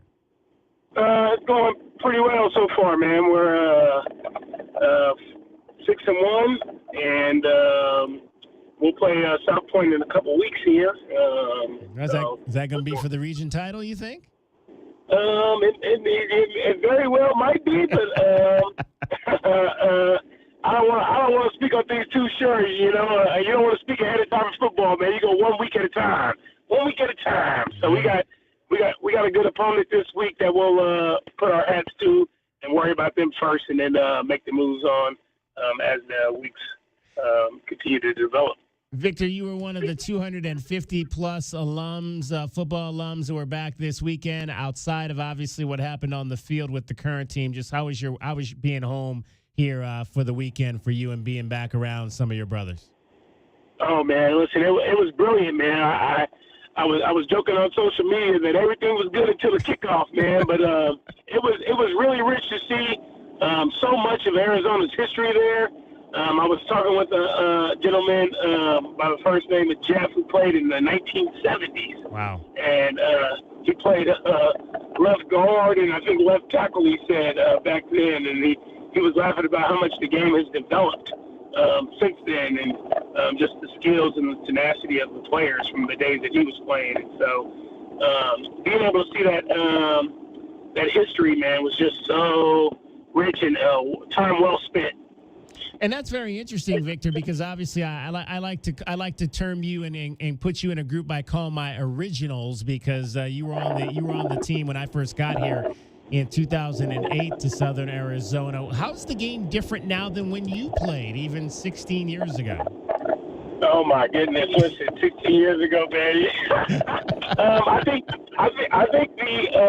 semantics of the game has changed, right? Like back when I was playing. The 3-3-5 was like did not exist defensively, right? Like to protect the air, and just even the pistol. The pistol wasn't a thing. I mean, there was the Kaepernick era where it started, but now you see the pistol. It was everywhere, right? And so you see these fads of the game changing offensively and defensively with these schemes that become household names, and everyone knows it because it's on the video game and people love to leverage it. So I would say that's a big thing. And then also just even the athletes, man, like you're seeing more power forwards enter the football game, right? Because they can play DN or tight end. And I think that's amazing because the game of football, man, honestly, it's the most diverse team sport where you can have a guy who's 400 pounds and you can have a guy who weighs 120 pounds all on the same field of play. And there's no other sport like it in the world, so it's interesting. Victor Yates is joining us, Palo Verde High School grad, U of A, safety, class of 2010. All right, Victor, just give me your thoughts on this program right now. Obviously coming off a 10-3 and winning in the Alamo Bowl and beating Oklahoma and all the expectations coming into this season with the kids that were coming back, all but under a new coaching staff. And it hasn't quite translated through these first 7 games. What are you seeing right now as an alum who follows the football game, who coaches the football game? Yeah, I'm seeing, man. Listen, it's what do they say? When it rains, it pours. Arizona just can't catch a break, man. You know, whether it be coaching schemes or like I think about the Tyler Luke field goal, and you know, there's the handle wasn't correct, right? And so and the week prior, we're yelling at coach for, hey man, you need to take the field goals, and then he misses that at home, and I know he's got to be thinking to himself, dang it, this is why I don't want to go for it. This is why I don't want to go for the field goals, you know, like those type of things, man. And then you got the injuries, which I've heard the people say, man, you've got to be able to adapt with the injuries, which as a coach, I 100% agree with. But you know, like I know, there's a reason why a guy was starting and the other guy was not. Yeah.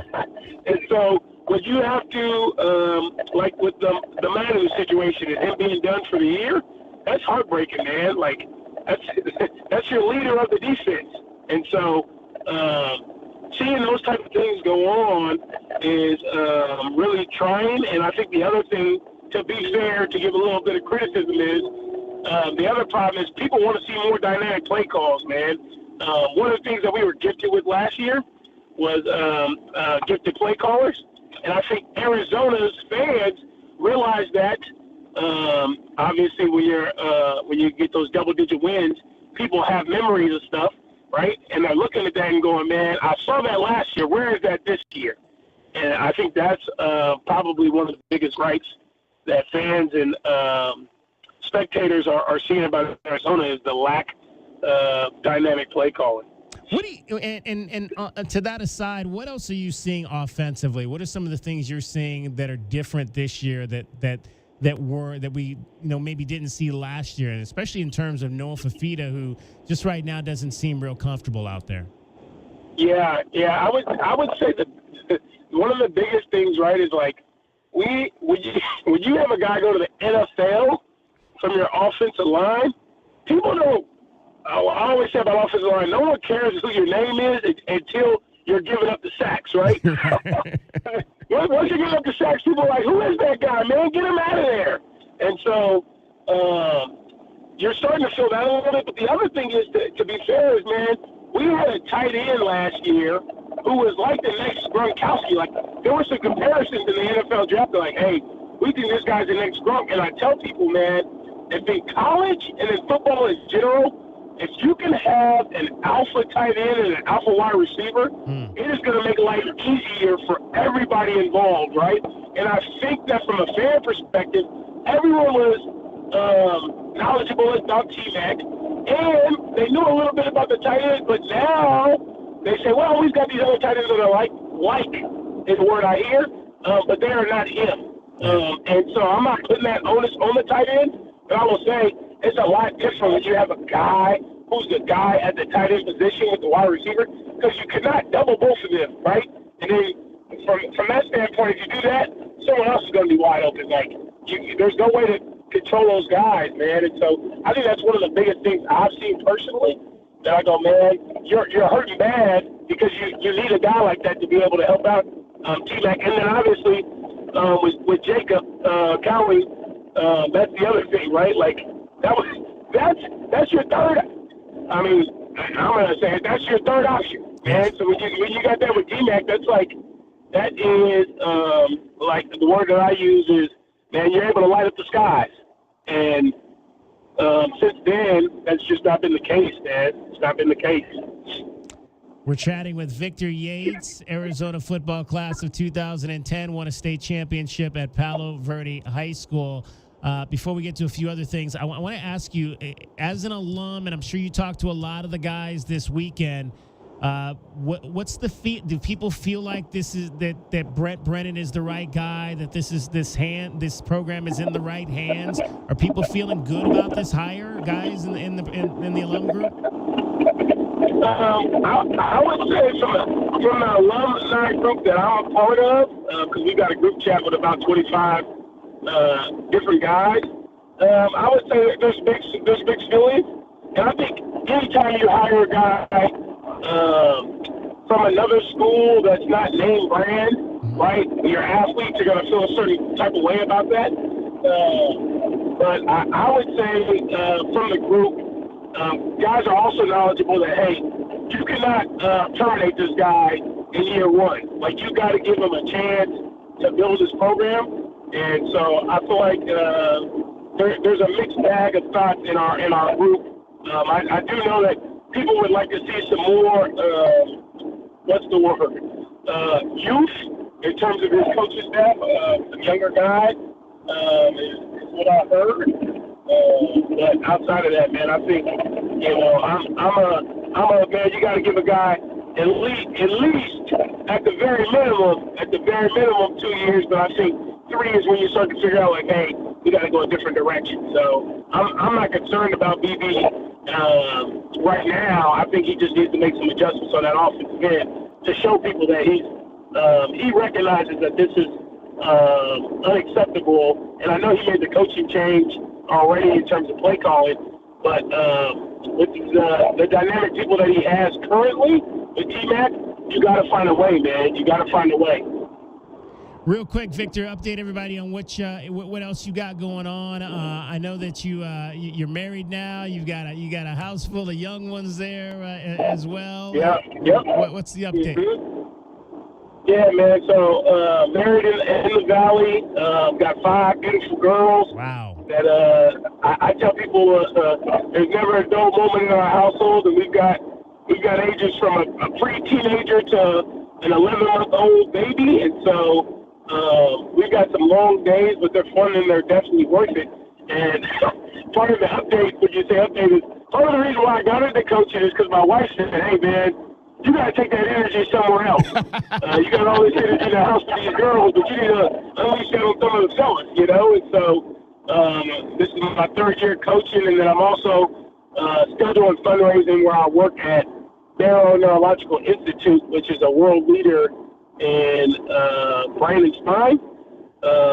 And so I tell people, if it's anything brain or spine, hit my line, because I'd love to get you situated, because we've got we're ranked number 1 in the Southwest and top 14th in the world and top 10 nationally. So we've got some good things going, man.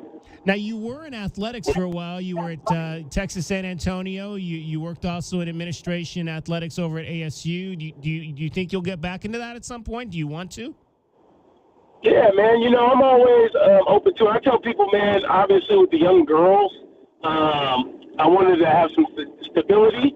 And working in college athletics at the time, with the youngins was something that was a point of conflict. And in terms of, especially because I left college athletics right before the pandemic and got into the healthcare side. And I would say, man, the biggest thing for me is as long as I can be the one to dictate the culture of the athletic fundraising in my department, then that would make a lot of sense for me to be open to coming back to college athletics. But if not, man, I've been around that for so long. To be candid, I think that sometimes the people at the bottom are clocking so many hours, and my question is, for what? and sometimes it's just busy work, and that's something that as I was able to continue to develop in my career, knew that I didn't have to check my. And so, if I was running in terms of fun or multi in the shop, I would make sure that my people are well taken. Hours to be had in college athletics, if you allow it. That's awesome, Victor. Hey, Victor, we appreciate you taking a few minutes to join us. We want to have you on again and talk some more football with you. Best of luck, continued success with Brophy as you guys go through your season. Looking forward to that matchup here in a couple weeks with South Point Catholic. Hey, man. Sounds good, man. Hope to see you out there. All right. Victor Yates, 2005, led the Palo Verde Titans to the state championship, as well as a safety here at the University of Arizona class of 2010. Thanks to Coors Light for bringing you today's Arizona Insiders on Wildcats Radio 1290. Coors Light is an official corporate sponsor of Arizona Athletics. Choose chill. All right, we'll turn our attention to basketball night in Arizona. Ryan Hansen going to join us. We'll talk about tonight's game between the U of A men's team and Eastern New Mexico. It's DK on the Sports Tip. Dragon Ball is getting you home every 20 minutes on the fives with your traffic and your weather. From the O'Reilly Chevrolet Traffic Center, this is Wildcats Radio 1290 Traffic and Weather Together. Heads up, today and tomorrow, Stone Avenue will be closed at Pennington Street along with Congress Street and Broadway Boulevard, closed from 6 p.m. till 5 a.m. the following morning for paving operations there.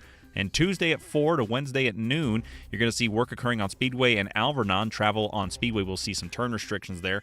For your weather, still in the mid-80s as we start to cool down now. I'm Dragon Ball with your Wildcats Radio 1290 Traffic and Weather Together. This report is sponsored by Cool Willie's Air and Plumbing. At Cool Willie's Plumbing, they'll help you with drain cleaning, water treatment, sewer repairs, and replacements. Trust the big guy. Contact Tucson's most respected plumbing experts at CoolWillies.com, where they are big enough to help and small enough to care. That's CoolWillies.com. CoolWillies.com. Sean Furrier here for Jack Furrier Tire and Auto Care. There's a rumor that summer could finally be coming to an end, a big relief for us. But your car is probably still feeling the effects of the brutal summer heat. So now's the perfect time to stop by any of the 14 area Jack Furrier Tire and Auto Care locations for a complimentary check of your brakes, batteries, coolant levels, and wiper blades. Those are just a few of the things to help keep your car road trip ready. And when those cooler overnight temperatures finally do arrive, some of you will see your low pressure warning light come on. But don't worry, you can stop by anytime for a free tire inspection and air pressure check. And if your tire sensor really is a problem, we can fix that too. Mention this ad and get free installation and tire rebalancing with the purchase of any new tire pressure sensor. Visit jackfurriers.com for even more specials. And for fast, friendly service, you can make an appointment online, call ahead, or just drive up and find out why Jack Furrier Tire and Auto Care is the locals' favorite for tires and automotive repair. Jack Furrier Tire and Auto Care. Since 1960, we're here to get you there. Hey homeowners, are you ready to chill out and go green? Goodfellas Air Conditioning can help. Introducing our latest lineup of energy-efficient systems featuring the new R32 refrigerant. It's cooler, greener, and better for the planet. You'll enjoy lower energy bills and a smaller carbon footprint.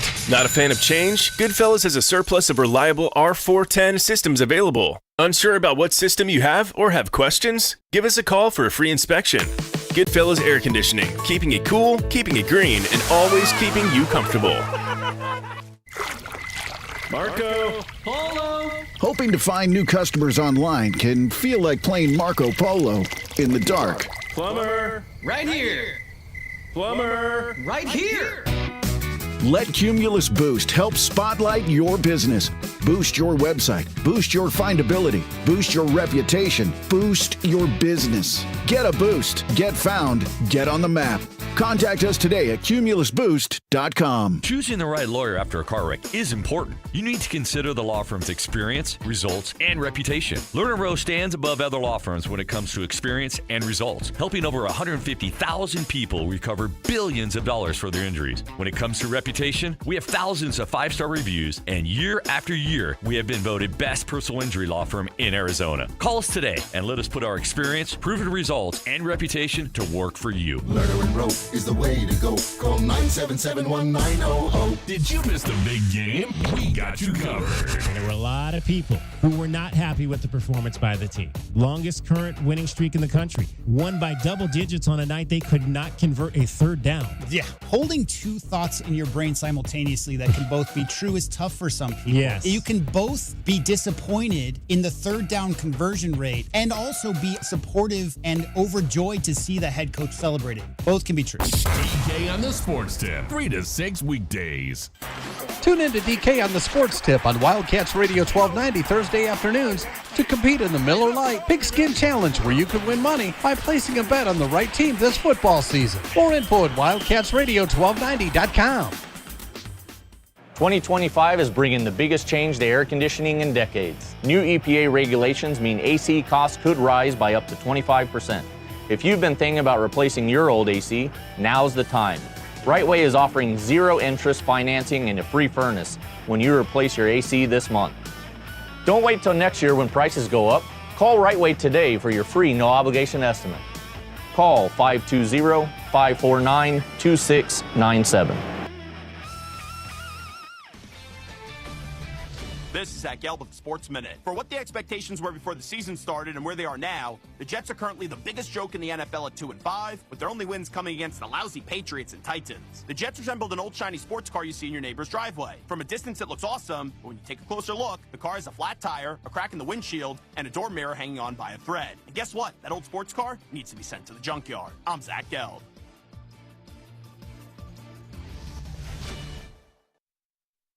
Hey, sports fans, if you're not calling John Anthony, you're simply missing out.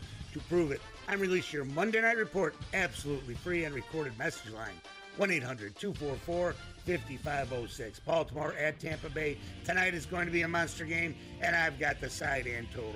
Baltimore, Tampa Bay. Confirmed analysis and special props. That's 5 big plays. John Anthony has you covered. I love to sweep the board. Call now to hear them for free on recorded message. 1-800-244-5506. Information wins. John Anthony Sports, #1 against the spread. Call 1-800-244-5506. If you want information, I've got it. Baltimore, Tampa Bay, plus special prop action. I love to go 5-0 over the season free. John Anthony Sports, #1 against the spread. 1-800-244-5506. That's 1-800-244-5506, or go to johnanthonysports.com. Sponsored by JFSR Group. DK on the Sports Tip on Wildcats Radio 1290. It is basketball night in Arizona. It's time to start the season. Tommy Lloyd is back with his kids on the floor tonight at McHale Center as the Wildcats will play the first of their first 2 exhibition games against Eastern New Mexico. So let's talk some basketball. Pleased to be joined by the longtime analyst for the Arizona Wildcats radio broadcast, Ryan Hansen, joins us. And Ryan, I know people love to hear your voice on the radio because that means it's time to play some basketball, and that gets us all excited here in Southern Arizona. DK, thank you for the nod. I'm like you. There's a couple times a year where I have visceral physical reactions. One of those is clearly when fall is in the air, and we had a little fall this weekend. Yes. That means it's basketball time, and I know you would feel the same way. In the spring, I start feeling like I need to start chewing some sunflower seeds because that means it's baseball season. So there's 2 visceral reactions, and right now it's hoop season. Do you have a dog in the baseball fight? Who's your team? I don't know if I ever asked you that. Oh, and in the baseball side of things, when Terry Francona was managing the Indians, I was all over that. And when Kenny Lofton was there, so I kind of have a little bit of your backyard team, and I still call them the Indians. I know they're the Guardians, but if I were to have my druthers, I'd love to see them get back on the winning side of things. I would agree with you wholeheartedly on that one right there. All right, let's talk some Arizona basketball. I think the first thing that jumps out to me is just the sheer number of dudes on this roster. Tommy has 20 guys on his roster right now. I don't know if I've ever seen an Arizona Wildcats basketball team with this many players, and obviously you got some legacies. You got his son on the team. You got Desiree Reed Francois' son on the team. It seems like they've got enough players to get everything accomplished in practice. What are the positives and negatives? I mean, you've been around basketball teams. You were manager, for Lute Olson's, and you were on staff there as well as director of ops. What are the positives and negatives of having that many kids in the program? Well, a couple things. Tommy does love his walk-ons, and I think he loves it just from a couple of aspects. One, it does bring energy. Every day in practice, you've got that many more guys on the sideline bringing energy to the gym, and Tommy loves a very excited practice, a boisterous practice that is loud, talking on defense, and brings energy. So you have more guys to do that. Next, you've got options for preparation on the scouting side of things. You have multiple players that can do different things for you to help you prepare for that opponent that throws the kitchen sink at you. So when you have those options, it affords you better practices. And there could be potentially injury situations. Just a quick story. Spring of 1996, I'm a student manager with the team. We lose a couple of guys to some injury, lose a gentleman to an academic issue, and we were in the spring semester, we had 8 scholarship players that could travel. And so we brought Thomas Demps over from the football team, and they brought me off of the manager side of things, and we rounded out the scout team. So the scout team was Jason Terry, Kelvin Ethan, yours truly, Thomas Debs, and A.J. Bramlett. That was the scout team. We couldn't even practice 5-on-5 on the road without a converted football player and a hack of a player in myself as a student manager. I was a manager for a reason, David. That's the truth. So having more bodies in that regard will keep them from having a scout team with me on it, if that's reason enough. Well, you were lucky. You were at least the manager that they would put out there. I'd have been the last guy George Raveling would have put out there to try to practice with Harold Miner and Robert Pack and some of those guys back in the day. There you go. At USC. I think one of the things that we got to be careful of with this team is to run into the comparisons, and there are a whole lot of them on this roster that you could do. And I want to start with Trey Thompson, the Trey Thompson who obviously is going to be largely compared to Keyshawn Johnson. And I think we have to let these kids be their own players, Ryan. We can't compare Trey to Keyshawn. I don't think we can compare Anthony Del Orso to Pella Larson, because that puts you, I think, in a situation where you have expectations that we don't know if those kids can be those players. They need to be themselves. I really appreciate you pointing that out. We all fall victim to wanting to compare this team as a team to previous Arizona teams. And this team reminds me of said team, and then that means the ceiling of this team is X or Y. And that either puts undue expectations or wrongful comparisons. And then we do the next thing, which is player by player. Well, what Wildcat from the recent past does Trey Townsend remind you of? And yes, he's going to fill the role of, power forward, four-man, however you want to call it in this new modern era of college basketball. He's going to be in that 4 spot. He's not going to be Keyshawn Johnson in a lot of ways, but he's going to be better than Keyshawn Johnson in others. So even the comparison there is unfair to Keyshawn. Let's start there. And unfair to Trey Townsend to do that, because it brings expectations that is not right for either player, Keyshawn or Trey. But let's talk about what Trey can bring. Holy cow. Been watching some tape on him recently. By the way, the word tape, that tells you how old I am too on that front. But watching tape on Trey, he's a unicorn when it comes to this type of a player at Arizona.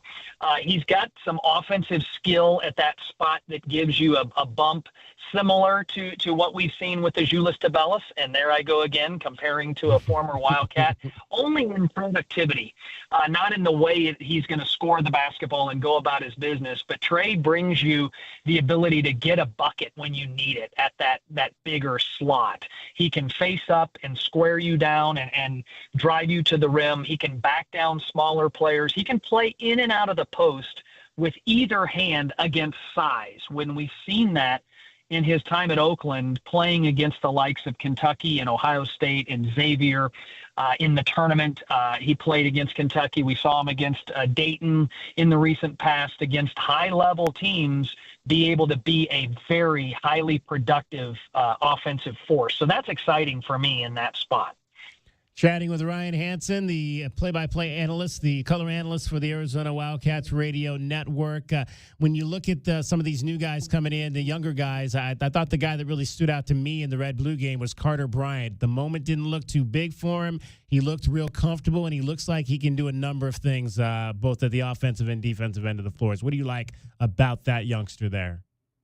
Well, he's highly versatile. He's exceptionally skilled. He's got an upside that NBA scouts are getting excited about now. I believe the most recent draft boards have Carter as the highest rated Wildcat on the roster, and he hasn't even played a game yet for Arizona. So those excitements of the expectations being out there, why? Because he's 6'8", he's long, he's athletic, he's got a quick first step, he's got an emerging jump shot. I wouldn't call him a great shooter yet, but the toolbox, when you look at it, the form is there, and I believe the long-term potential for him, he could be a three-point shooter. He's versatile. He can play multiple positions. He can defend multiple positions. And one of the most exciting things, David, I think for me about Carter is, and let's go back to the expectations. I don't see him being relied upon night in and night out where he can grow as a freshman. He can have some of those games that every freshman has that aren't 20 and 10. That maybe he has to find a way to score in a college game that's new to him. So I think he's going to have the breathing room as an incoming freshman with the roster around him that will allow him to flourish and maybe hit that high potential sooner, because he won't be beaten down every day because he's relied upon to produce night in and night out. And I think if there's one guy that I'm really excited to see, Ryan, it's Henry Vasar, because in the small sample size we got a couple of years ago, I think I loved his skill set, what he can do outside, away from the basket, his ability to pass the ball, and I think he's going to be a pretty good scorer outside from that 15 to 18 foot range as well. Can he stay healthy, right? Yeah. Let's start there. He's been riddled with injury. Can he stay healthy? I like the offseason work that he's put in, and let's just say the redshirt season that he put in regards to bulking up. I think he's up to 235 pounds, up from 200 when he stepped on campus a couple of years back. So if he can remain healthy, the sample size you recalled is he's a 7-footer who can pass the ball, who can handle it at the high post in regards to facing up and analyzing where the ball should be passed to. And what we have seen early is I think he's got a reliable shot out to the three-point line. That creates a different offensive dynamic for Arizona in the pick-and-roll game, the pick-and-pop game.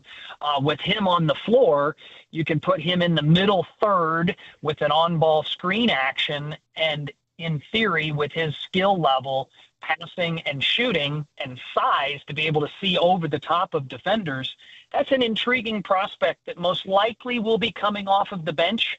I think that's a nice addition to an offense that has weapons, but then when the rotation starts coming and substitutes start coming in, do you have offense that can replace Caleb Love's offense and Trey Townsend's offense from the bench? And you can never have enough guys that can make shots. And I think Henry could potentially bring a different dynamic with a scoring punch out on the perimeter. But he's got to stay healthy, and let's see how that rust works off, right? He hasn't played highly competitive basketball at Arizona in a number of months, right? It's been over a couple of years, a year and a half now, since he really saw highly competitive opposing teams. So can he round into form sooner than later and stay healthy in the process? And J-Dub says he's foaming at the mouth to see a little high-low action with Henry and Mo Krivas in the lineup at the same time. I like it. I like Mo Krivas in the low block, man. That his bag is big, it's deep, it's crafty. I've said it, and I said it last year quite a bit, and I'll say it again, not to turn back the clock, but Oumar Ballo was a force, but he did all of his work before he caught the basketball. He would bury you, and then it was over. But if he was pushed off the block and caught it off the block, more often than not Arizona's best option. Mo Krivas is almost the opposite. He's going to do his work after he catches the ball. He needs to get good position and have great footwork in the block, but when he catches it, he is skilled. He can go over either shoulder. He's got drop steps. He's got fadeaways. That's exciting for, I think, a little bit of a change to Arizona's offense with the low post scoring ability of Mo Krivas, and maybe fed by none other than Henry Vasar from the top of the key. All right, Ryan, we're looking forward to another year of talking basketball with you. Have a great call tonight with Brian. Thanks, David. Love you being on, J-Dub. Thanks for the holler. Absolutely. Love having you on as well. Ryan Hansen talking basketball here on October 21st, because we've got a game tonight. Tip-off at 7 o'clock. Our coverage begins at 6:30 with the pregame show. Brian Jeffries and Ryan Hansen on the call. Again, no traditional pregame or postgame for these two exhibition games. We will begin our full coverage of Arizona basketball in that respect with the season opener coming up 2 weeks from tonight. It's DK on the Sports Tip. We're going to dive into the Cardinals. It is Monday Night Football. They've got a game tonight, 6 o'clock against the LA Chargers up in Glendale at State Farm Stadium. We'll talk to Spencer Attilis about that coming up from Burn City Sports. We'll get you our lines. I got a prop bet for you on the game that you can get in on both of these Monday Night Football games tonight. I'll get you the prop bets on those. We'll also go over how we did this past weekend. It was okay, but it wasn't horrible, wasn't great. It was just okay. DK on the Sports Tip. You're listening to Wildcats Radio 1290. From the O'Reilly Chevrolet Traffic Center, this is Wildcats Radio 1290 Traffic and Weather Together. Reminder about the closures you'll see at I-10 under the Ruth Roth. The eastbound I-10 on and off ramps and the westbound I-10 on-ramp at Orange Grove remain closed. The westbound I-10 Orange Grove off-ramp, however, remains open until late 2024. As for your weather, we're still in the mid-80s, 84 right now to be exact, but we're still expected to see that cooling happen around 6 o'clock. I'm Dragon Ball with your Wildcats Radio 1290 Traffic and Weather Together. This report is sponsored by ChumbaCasino.com. With over 100 online casino-style games, Chumba Casino is your go-to destination for nonstop entertainment. Play for fun and play for free at ChumbaCasino.com. VGW Group. No purchase necessary. Void where prohibited by law. See terms and conditions. 18+. Tucson, remember, 1290 is the one and only home of Arizona football, men's basketball, and baseball. When you're listening to Brian Jeffries call the game, you're listening to Wildcats Radio 1290. Join David Kelly for Bear Down Fridays this Friday at Illegal Pete's on University from 3 p.m. until 6 p.m. as we get ready for the Wildcats to take on West Virginia at Arizona Stadium this Saturday. Sponsored by Corona for fans of the Fine Line, an official corporate sponsor of Arizona Athletics. My helmet saved me after they crashed into my motorcycle, but I still couldn't ride for weeks. The insurance company tried hammering me into a quick settlement. No way. I gave them the bird, the eagle. Goldberg and Osborne. Nobody knows Arizona like the eagle. Phoenix to Tucson, Flagstaff to Havasu, and every bit of blacktop in between. Wherever you go, the eagle is there. So if you've been injured, don't wait. Give the insurance company the bird. Give them the bird. Call the Eagle. Goldberg and Osborne. 1-800-THE-EAGLE. Hey homeowners, are you ready to chill out and go green? Goodfellas Air Conditioning can help. Introducing our latest lineup of energy-efficient systems featuring the new R32 refrigerant. It's cooler, greener, and better for the planet. You'll enjoy lower energy bills and a smaller carbon footprint. Not a fan of change? Goodfellas has a surplus of reliable R410 systems available. Unsure about what system you have or have questions? Give us a call for a free inspection. Goodfellas Air Conditioning, keeping it cool, keeping it green, and always keeping you comfortable. Broadway in Tucson presents the new 2024-2025 season, featuring 6 blockbuster productions, including Mamma Mia and the Southern Arizona premieres of Clue, live on stage, Beetlejuice, Some Like It Hot, the Neil Diamond Musical, A Beautiful Noise, and Shucked. Secure your signature season tickets today and get the best seats at the best prices. Visit BroadwayInTucson.com and secure your 2024-2025 season tickets today. Wesley Financial Group is not a law firm. Do you find yourself stuck in a timeshare? Get the real facts about the timeshare industry and your options for cancellation. Chuck McDowell, founder of Wesley Financial Group, has put together a free information guide that reveals the secrets the timeshare industry doesn't want you to know, including the 5 ways to get rid of your timeshare. Call now and get this timeshare cancellation guide absolutely free. Call 800-881-4300. 800-881-4300. 800-881-4300. Paid for by Wesley Financial Group. Hey, can you blow up some balloons for Jack's party? I can't. I'm so congested. You need Sinex Saline from Vicks. Sinex Saline Nasal Spray? Yeah, just Sinex. Breathe.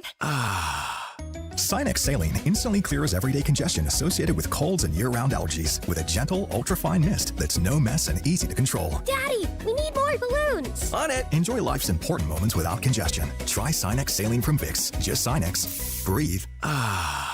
Use as directed. It's Saturday. Your Arizona Wildcats take on West Virginia. The action begins with the Meridian Wealth Management Arizona game day at 11:30 a.m. live from the U of A Mall, leading up to the 4 p.m. kickoff. Only on Wildcats Radio 1290. I'm still going for it, even with higher stroke risk from atrial fibrillation, an irregular heartbeat not caused by a heart valve problem. Over a 3-year study, Eliquis apixaban tablets reduced stroke risk better than warfarin, and over 97% of Eliquis patients did not experience a stroke. A first stroke occurred in 2.9% of warfarin patients versus 2.3% of Eliquis patients. Don't stop taking prescription Eliquis without asking your doctor. It may increase your stroke risk. Eliquis can cause serious and in rare cases fatal bleeding. Don't take Eliquis if you have an artificial heart valve, abnormal bleeding, or antiphospholipid syndrome. While taking, you may bruise more easily or take longer for bleeding to stop. A spinal injection while on Eliquis increases risk of blood clots, which may cause paralysis, the inability to move. Get medical help right away for unexpected bleeding, unusual bruising, or tingling, numbness, or muscle weakness. Medications such as aspirin products, NSAIDs, SSRIs, SNRIs, and blood thinners may increase bleeding risk. Tell your doctor about all planned medical or dental procedures. Learn more at Eliquis.com or call 1-855-ELIQUIS.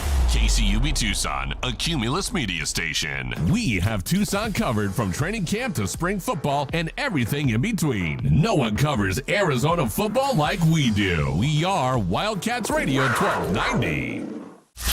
Live from the CNWT. Wait, what's the CNWT? Central Northwest Tucson. Duh. It's DK on the Sports Tip with your host, David Kelly. Radio. Just when I thought I was out, they drug me back in. Featuring J.W. Madden. Don't tell me about flip-flops, man. I'm a native. David Amata. Hey, that's Dragon Ball to you. And Cricket getting you home with traffic and weather. Camp on Melt Lemon, not in the left lane on the freeway. Here we go! And now, a man who has not one, but three first names, David Scott Kelly. Monday Night Football comes to the desert. Your Arizona Cardinals are going to take on the... Who are we playing tonight? I just blanked just that quick. Just like I blanked on Noah Fafita's name today in the press conference. LA Chargers, that's who we're playing. LA Chargers are here. Chargers 3-2, Cardinals 2-4. See what happens when you get old? You know, like things kind of start to come slow. That's why we can't. That's why I am so completely against anybody over 75 thinking that they could run this country, because like I'm 57 and I'm already starting to forget stuff. So I know people up at that age are forgetting a lot of things. Cardinals and Chargers, that's the second of the two Monday night games. The first one actually is going to get underway here in about 11 minutes, and that's the Baltimore Ravens at the Tampa Bay Buccaneers. Both of those teams are 4-2, so that is an AFC versus NFC battle today. Should be a good one. That's down at Raymond James Stadium in Tampa, Florida. So I've got two BetQL one prop bet for you. And one straight-up game play for you coming from the 5-star model. I'll give you the first one. The Buccaneers plus 3.5 over the Ravens. So the Ravens are favorite in this game on the road, 3.5 to 4.5, depending on what model you're looking at. We've got 3.5 on ours on the Desert Diamond Casino Sportsbook board. So Buccaneers take the 3.5 over the Baltimore Ravens tonight at home. The other is a prop bet in the game here in the desert. Justin Herbert is the quarterback for the San Diego Chargers. Justin Herbert does not run the ball a whole lot, and so the prop on that is that he will be under 13.5 yards tonight. So take the under on Justin Herbert rushing for under 13.5 yards in this ball game. So that's what we've got in terms of the Monday night games. Either one of those look good to you? JW, you like either one of those bets there? I like the Buccaneers getting 3.5 over the Ravens. I would definitely do that. That one would be I think the play for me, because I got a feeling that Justin Herbert is going to run for more than 13 yards in this game. 3? Yeah, I think 3 sounds like a good number. 3, yeah, that sounds like a really good number there. All right, in terms of our 5-star plays over the weekend on the college and the NFL landscape, we were 3-3. So we didn't make any money, but we didn't lose any money either. On the college side, we had Oregon minus 27.5 over Purdue. That hit. The Ducks went down to West Lafayette on Friday night and shut out the Boilermakers 35-0. So Oregon they're now number one. They are the now number one team in the nation as of today because, of course, Texas got beat over the weekend by Georgia. Our other two college plays did not turn out so well. We had, we went 3-3. We actually went 2-4, so my bad on that. Vanderbilt playing out of SEC against the Mid-American Conference and Ball State. Vanderbilt was favored in this game by 25.5 points. They only won 24-14, however. So the Commodores did not cover against Ball State. That's a loss. The other 5-star play was Arizona State going on the road against Cincinnati and the Sun Devils getting 4.5. That did not come out because Cincinnati won that game 24-14. And afterward, Kenny Dillingham got into a little bit of trouble for calling out his kicker. I didn't see the game, so I don't know exactly what happened, if the kid missed a bunch of field goals or not. What happened? I just know that Kenny Dillingham went into his post-game press conference and said that he was going to have open tryouts for kickers on Monday. And then he had to come out and on Twitter and apologize that he threw that kid under the bus. You don't see kickers thrown under the bus to the press very often. No, you do not. Mostly because, like, what you think about when we think of kickers is what, right? We think of those moments where a kicker has missed a pivotal kick, DK, right at the last second to send a team to win a Super Bowl, send a team to the Super Bowl, and those kind of things. And so it's generally not much ballyhooed where you want the kicker to think about that wide right kick that he made, because it's like a driving in golf, right? You don't want to think about the slices. You want to think about hitting it straight. So you don't see kickers thrown under the bus very often. And it's just like what we were talking about with Victor Yates. And, we mentioned that, again, Tyler Loop missed a 52-yard field goal in the game on Saturday, but the process did not go. The handle was not good from the freshman holder. Again, you've got a freshman holder in this situation. And Danny Gonzalez talked about this early in the season, talked about this in fall camp. It says nobody will pay attention to the fact that kid is a freshman until he makes a mistake. And that obviously was not a mistake you could see on the field. But if you went back and watched it on the broadcast, it wasn't a clean hold. And as a result, Tyler Loop pulled it to the left. And that's generally a lot of times, you see the kicker and you think, oh, the kicker shanked it or he missed it or he pulled it or whatever.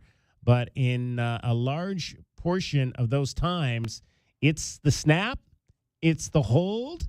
It's the mechanics of the whole process has to be perfect. Sometimes the snap is bad. Sometimes Michael Salgado Medina has to pick the ball up off the ground and set it. This wasn't the instance. The snap was a little bit to his body. He didn't really grab it really well, and then he's got to place it down, and it was a little bit tilted. He at least had the laces in the right direction, but Loop hit it, and it went wide to the left. And that was critical because, again, you had a 3rd and 2, if I'm not mistaken.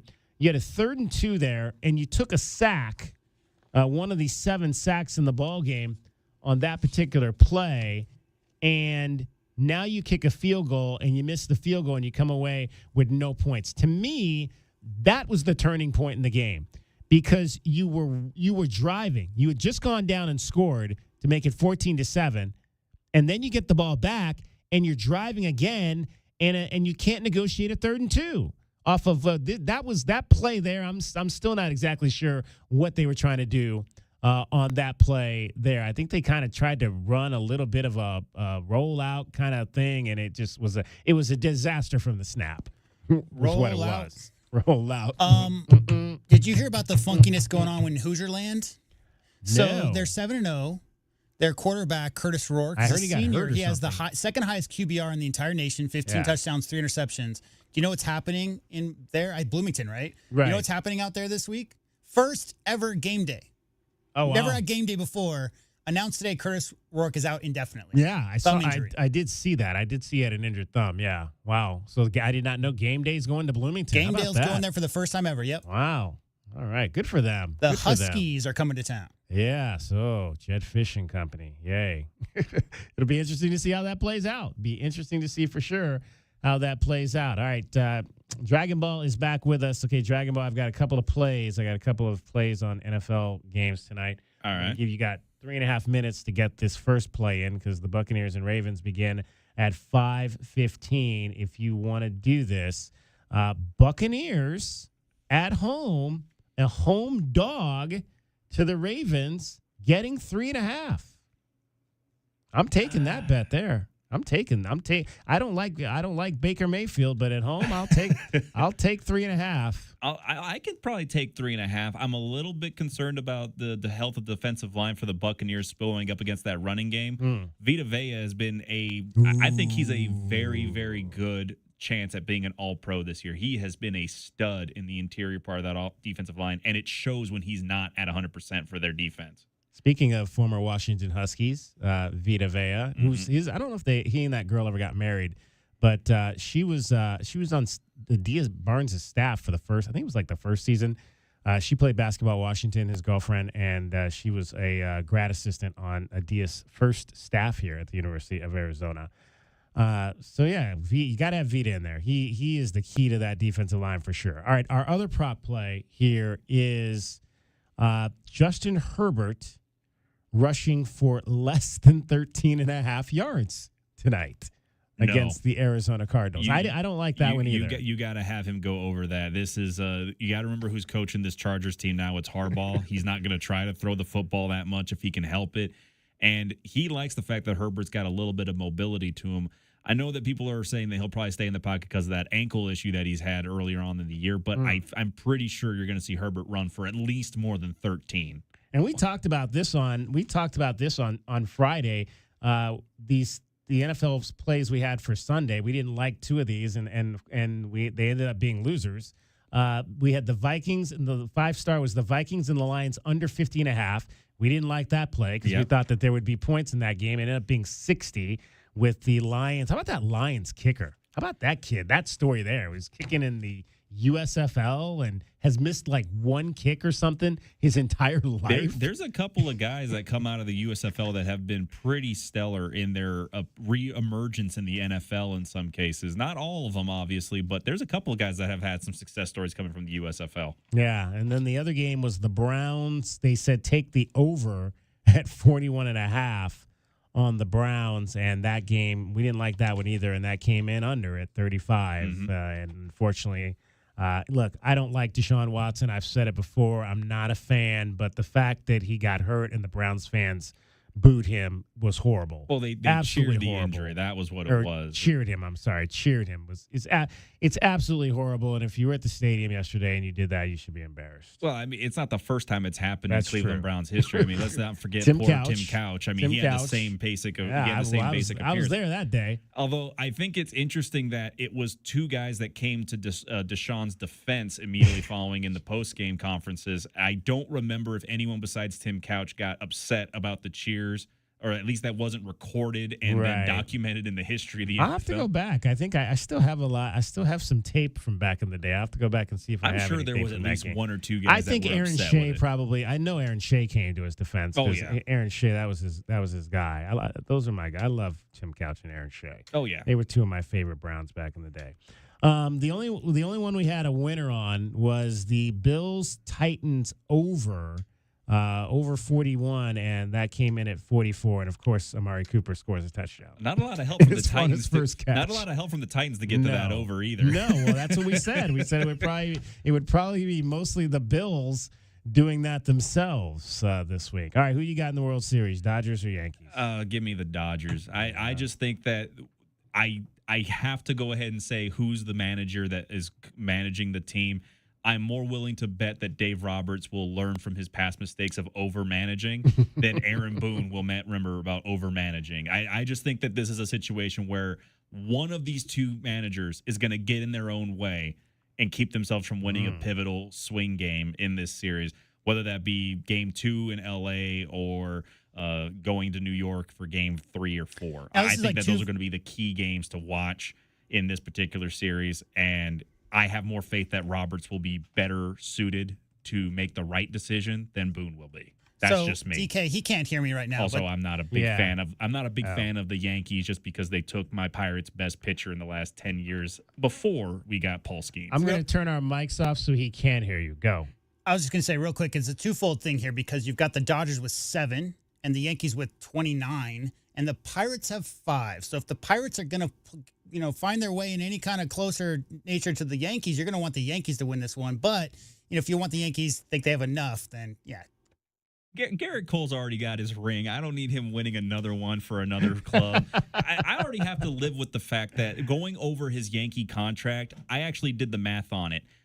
Garrett Cole's Yankee contract was worth more than what the Pirates had spent since they lost the NLCS to the Braves in 1992. That's almost 40 years or 30 years of spending that was not matched by one contract.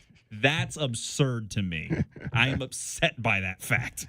All right, Dragon Ball getting you home every 20 minutes on the fives. We'll talk some more Cardinals and Chargers coming up with Spencer Tillis. But right now, let's get that traffic check so you can get out to the bar tonight and watch the game. From the O'Reilly Chevrolet Traffic Center, this is Wildcats Radio 1290 Traffic and Weather Together. Heads up if you're anywhere going up to Mount Lemmon this week, you got to watch out. Through Wednesday, they're going to have guardrail repair on General Hitchcock Highway, the Mount Lemmon Highway there, at milepost 22, Molina Canyon Vista, and milepost 13. Deputies and flaggers will be on the site to go ahead and direct the traffic there from 6 a.m. to about 6 p.m. Also, a reminder, that I-10 Ida to Ruth Ralph Improvement Project still has the westbound I-10 on and off ramps at Sunset closed, and they will remain closed until about late 2025. And for your weather right now, still at about 83 right now. Still expected to see the cooling happen about 6, but we'll have to go ahead and wait and see as we still remain ourselves in the mid-80s at the moment. And I'm Dragon Ball with your Wildcats Radio 1290 Traffic and Weather Together. This report is sponsored by the Alzheimer's Association. Join the Alzheimer's Association for the 2024 Walk to End Alzheimer's Tucson on Saturday, October 26th at Gene C. Reed Park. Register today at alz.org/walk. That's alz.org/walk. Why are we named Wildcats Radio 1290? You want answers? Because we outwork everyone else in town to bring you the very best coverage of the Cats. That's why we are the home of the Arizona Wildcats, the one and only Wildcats Radio 1290. Your home for in-depth conversation. Nothing they do is by surprise. They telegraph what they want to do, and then they brag about it afterwards. It's a way to keep us at each other's throats. The most pressing issues. This was just a white on black crime, and you can already see the narrative starting to form in real time. And fresh perspective. The air marshals will not be on the airplanes because they're down at the border escorting illegal aliens to their Ubers. America's most loved truth tellers live on Tucson's home for conservative talk. This is Freedom 1400. Tune into Wildcats Radio 1290 weekly for Brett Brennan's football press conference, where you can catch up on all things Arizona football this season. Sponsored by Coors Light. Choose chill. Official corporate sponsor of Arizona Athletics. Hey, Wildcat fans, Arizona football is here. Catch head coach Brent Brennan as the Wildcats enter their inaugural season of the Big 12 Conference. We need you to be part of the action, filling the stands and cheering on Arizona. Secure your seats for all 7 home games with season tickets, or pick the plan that is best for you by calling the ticket office at 520-621-2287 or visiting ArizonaWildcats.com/FB. Lock in your tickets today. We'll see you at Arizona Stadium. Bear down. Go Cats! All right, gentlemen, this is Emmett Smith on behalf of Depend, and I've got the perfect play. Run straight to your doctor's office for a life-changing catch. Because when prostate cancer is caught early, it's up to 99% treatable, and one blood test might be all it takes. And now through November, Depend is donating to the Prostate Cancer Foundation for select purchases. Talk about a great play. From September 1st to November 30th, Depend is donating 40 cents to the Prostate Cancer Foundation for Depend Shield Guards Real Fit products purchased in the U.S. up to a maximum of $300,000 void in Mississippi. Buying a home is one of the biggest financial decisions you'll ever make. Before you tour a home, the real estate professional you're working with may ask you to sign a buyer's agreement, which describes the services you'll receive, each party's role and responsibilities, and how your agent will be compensated, all of which you'll want to discuss with them up front. So work with an agent who's a Realtor. Realtors are members of the National Association of Realtors with a duty to honestly represent you and put your interests above their own, because that's who we are. Make the right choice for your home when it comes to windows and doors. For more than 20 years, the Window Depot has provided the best price and biggest inventory on in-stock windows and doors. The Window Depot is open to the public, so whether you're a homeowner or a contractor, you can shop the enormous warehouse. Browse the shelves with over 1,000 vinyl windows, interior and patio doors, and skylights in several varieties and sizes available to go home today. Shop thewindowdepot.com or find a location near you. The Window Depot, best price, biggest inventory. Wildcats Radio 1290 is everywhere. Wildcats fans can listen to us everywhere on our all-new app. Now available from the Google Play Store and the App Store for iPhone users. The home of the Wildcats is everywhere. This is Wildcats Radio 1290. Westwood One presents Today in Women's Sports. 1 year after losing in the WNBA Finals, the New York Liberty won their first championship in franchise history with a 67-62 Game 5 win over the Lynx last night. Minnesota led by 9 after the first quarter, but New York rallied back and used a big third to take a 3-point lead into the fourth. The Lynx went back on top late, but Brianna Stewart sunk a pair of free throws in the final seconds of regulation to force overtime. The Liberty then never trailed in the extra session and held Minnesota to just 2 points to secure the trophy. Jonquel Jones scored a team-high 17 points for the Liberty and was named Finals MVP.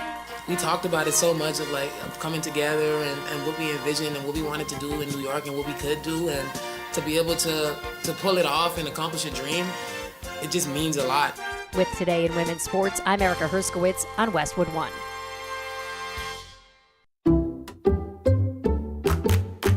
I'm at a smoothie bar asking people if they'd switch smoothies with me for $574. Oh, I'll switch. So what about $574 if you switch your home insurance to Allstate? That's a headache. Nope, it's painless. Oh, so it's easy money. Yep, check Allstate first and you could save hundreds on quality home insurance today. You're in good hands with Allstate. Not available in every state. Based on the national average annual savings for new home insurance customers surveyed in 2023 who switched to Allstate and reported savings. Savings vary. Your home, your family, your moments. First Alert is reminding you to be prepared and install smoke and carbon monoxide alarms on every level and in every bedroom of your home. Don't forget to add First Alert fire extinguishers on every level, plus the kitchen. And know how to use them. Protection is key to help protect life's moments, and First Alert is your partner through it all. Get fire safety you can trust by visiting firstalert.com and Lowe's stores today. DK on the Sports Tip on Wildcats Radio 1290. Arizona Cardinals football. The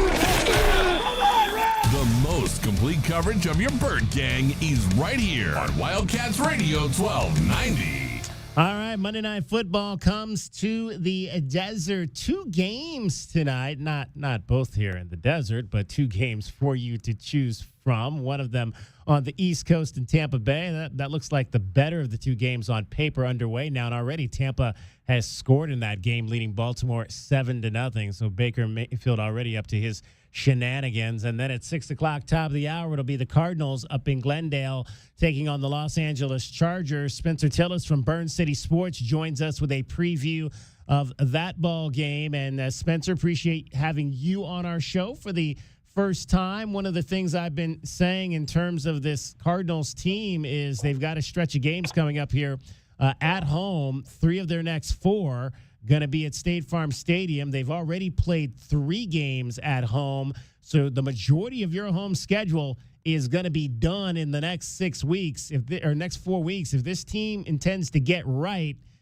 they need to probably come out of this stretch of home games 3-1, because you're going to be on the road a lot in the second half of this season. Hey, David, thanks for having me. Yeah, that's actually 3-1's the number that I had, thinking that that's what they were going to need to come out of this thing as well. And you look at the 4 games they got coming up. I mean, Chargers obviously tonight are pretty solid, and it should be a pretty good ball game. But then you got the Dolphins after that, who look like, they're a complete mess after they lost Tua. The Bears, it looks like they kind of got some things figured out, as they're kind of working in Caleb Williams, but that's still a rookie quarterback, and that one's at home, so you should feel pretty comfortable going into that. And then you got the Jets, who at that point, I mean, it might be a full fire sale, that they're falling apart, and I don't think anyone's afraid of playing them right now with the way that they're going on. So if they can go 3-1 in that stretch and kind of put themselves in the mix, you got to remember they're 2-0 right now in their division. So if they can just kind of sneak up a little bit and give them a chance there on the backside, they'll definitely have a chance. Only though 1-2 at home in these first 3 games. And I was at the one, which was an unbelievable performance against the Rams the home opener, and Kyler Murray just probably the best performance of his career. This is the first time we have talked Cardinals, so I'll preface to you that I'm not a Kyler Murray fan. I want to be a Kyler Murray fan. I want to see this young man succeed. He's just really not my type of quarterback. I'm not really into the shorter, mobile quarterback kind of thing. I like me a guy that can kind of stand in the pocket. It's about 6'4" or something of that nature. So I'm not completely sold. I think there's some continuity and some comfortability between him and this coaching staff in year 2, but I think the jury is still out on Kyler Murray. What do you see?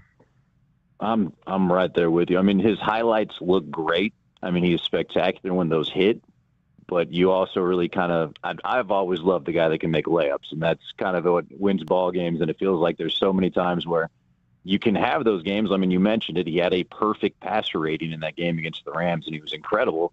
And then he can go through stretches where, you're barely getting the 200 yards passing, and it feels like a gimmick almost at some points more than anything else. And it's not great. I mean, in their losses right now, they're only averaging 17 points a game, and, he hasn't had a 300-yard passing game yet this entire year. And in today's NFL, the rules are so slanted that you should have the opportunity to pass, and that's where you should be taking advantage of defenses, but he has not done that on a week-to-week basis. He shows you flashes, and the flashes look great. Like, he's just one of those quarterbacks that if you were on Twitter, he looks amazing, and you just only see the highlights. But play-to-play, yeah, there's a lot left to be desired up there. But he's getting a new weapon starting tonight with Zay Jones returning after the suspension and the injuries. That should help him and also maybe take a little bit of the pressure off Marvin Harrison as well, having another quality and veteran receiver out there moving forward. Yeah, I think that's the biggest thing that Zay brings, because he's been in the league now already 8 years. Yeah. Experience to a room that when you look at it, that's a really young room right now. When you have Marvin Harris Jr. in his first year, and you're looking around at guys that haven't always been the guy at this level. Now, I'm not saying Zay Jones has ever been the guy, but at least he's been around enough that he has seen what it takes to be successful in this league. And he does bring a little something to that offense. I mean, he's great after the catch. He's a great route runner. And so if he can just take a couple of snaps off, and then mostly if he can just kind of coach and be a helping mentor a little bit to Harrison, because, I mean, obviously Harrison is going to be the future, but if he can just provide a little bit of that and give some kind of experience to that team or that room, that's going to go a long way for this team. Chatting with Spencer Tillis, Burn City Sports, covering all things sports in the Valley and throughout the state. 48 here in Arizona. All right, Marvin Harrison expecting to play tonight, coming off the concussion protocol. What do you have an over/under on how many catches he has tonight? Because it hasn't been nearly enough. It's kind of like the same problem we're having here in Tucson with Tetro McMillan of the Arizona Wildcats. They gotta get this young man the football a little bit more. I mean, he is such a dynamic talent. I would think five. You got to at least get him 5 to 6 catches. You would hope. I mean, you would certainly hope, because he's got to be the focal point of it. But he's only got 17 catches on the year. Right. And when you look at some of the games, the targets are there one game, and then the next one he just kind of disappears, or it's sometimes even within a game. Like the first half, he'll be explosive and show you what he can do, and then he'll just completely disappear, in the second half like he did against the Rams. I mean, he gets his 2 touchdowns in the first half and disappears after that. I think, especially against this Chargers defense, which is, I mean, they are as stout as it comes in the league, he's going to have to make a few plays, and he's going to have to move the chains. He's going to have to be a focal point if they're going to have a chance in this to really kind of get going. So I think, like 6 catches, I wouldn't mind if you saw him with double-digit targets. If he got about 10 targets and finished somewhere around 6 catches, 7 catches, like that would be ideal. But a lot of that's going to dictate too on the tempo of the game, and the Chargers are also someone that really like controlling the clock. So how many possessions are the Cardinals going to get out of this, and how much time are they going to have an opportunity to really kind of move that offense? Yeah, neither one of these offenses is much to look at so far this season. Cardinals with a lot of injuries down front on the defensive line. Justin Jones out, Bilal Nichols out for the season. Our guy Roy Lopez, who played a year here in Tucson with the Wildcats, in that starting lineup. What needs to happen with this defense, you think, tonight specifically for them to have success? You're talking about the Cardinals defense, yeah, or are you talking about Cardinals defense? Yeah. You know, it should be interesting because you mentioned it, like neither offense is great right now. And if you look at what's going on for the Chargers offense, it's pretty tough. They're not really moving the ball. They're not really scoring right now. They're bottom 10 in the league in scoring. They're fourth fewest yards a game right now, third fewest in passing, which plays in great for the Cardinals. Cardinals have an amazing back end of their defense right now. The problem is they haven't been able to stop a run from anybody. I mean, they would be struggling, it feels like, against a college team at this point. And, you know, the Chargers are certainly going to try and run it considering how depleted their wide receiving core is right now. They've got to find a way to get after the quarterback. They've got to find a way to try and force the Chargers behind the chains and force them to try and throw it. If they can do that, if they can win on first down, if they can start forcing the Chargers to kind of have to drop back a little bit, which sounds a little bit counterintuitive because of how good Justin Herbert is, and you would think, but that wide receiver core is completely torn apart. They lose Keenan Allen, Mike Williams in the free agency. Their number one receiver right now is Joshua Palmer. I only really knew about him from picking him up in fantasy last year. And this year, as a number one, he's got 9 catches on the year. He's got 9 more than I got. He's got 9 more than you got, and that's not a lot for your number one guy. So if they can just force the Chargers to try and pass the ball and trying to win the ball through that, I mean, it's going to be paramount for the Cardinals. Line on this one has gone from 3.5 in favor of the Chargers down to 1. So some money obviously coming in on the Cardinals side. Do you think Arizona wins this game tonight? Boy, 1.5 feels like about the right line. I actually really kind of like the Cardinals just from the prospect of this does feel like a game where Murray can make a couple of plays through kind of getting outside the pocket, extending it, and kind of making some of those highlight plays.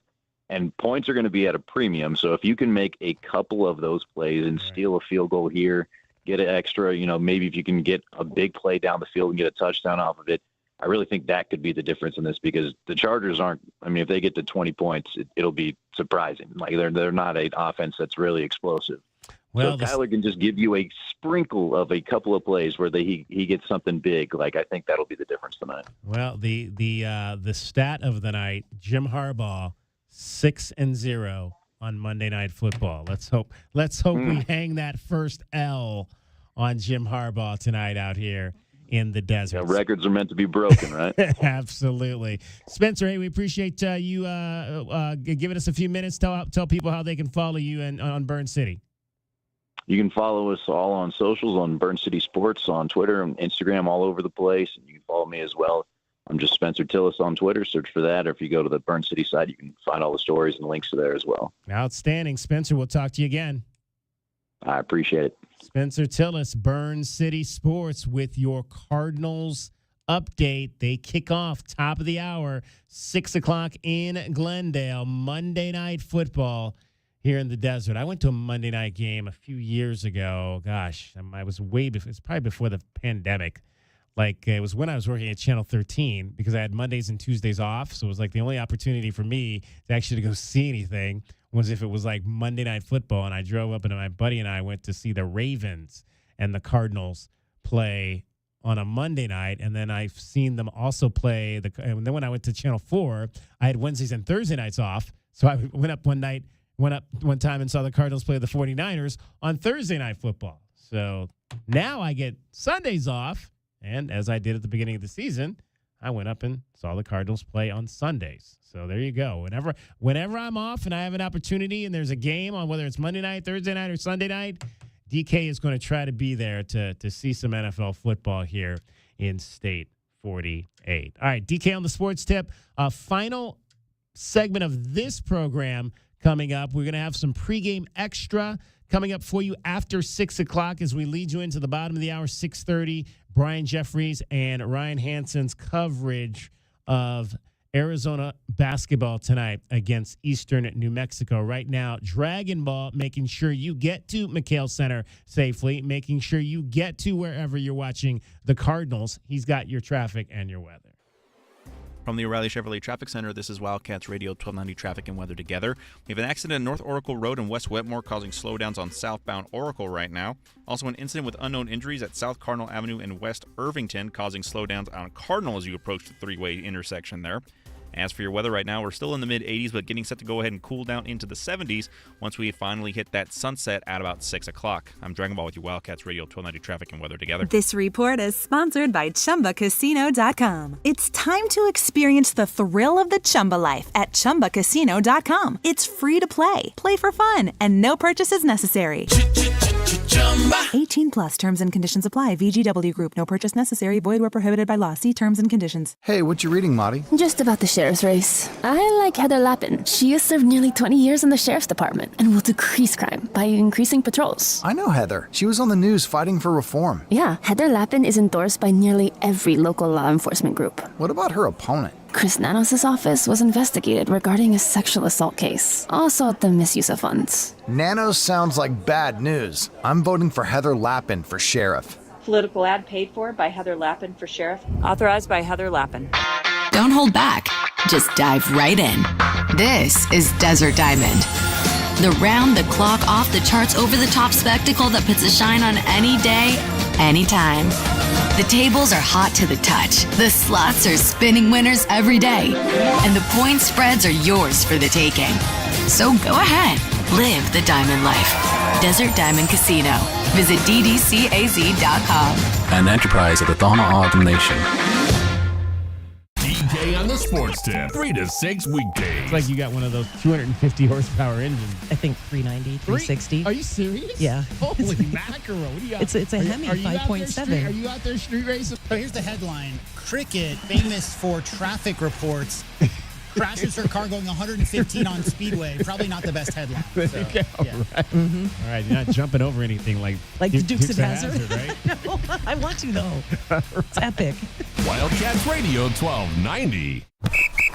All right, gentlemen, this is Emmitt Smith on behalf of Depend, and I've got the perfect play.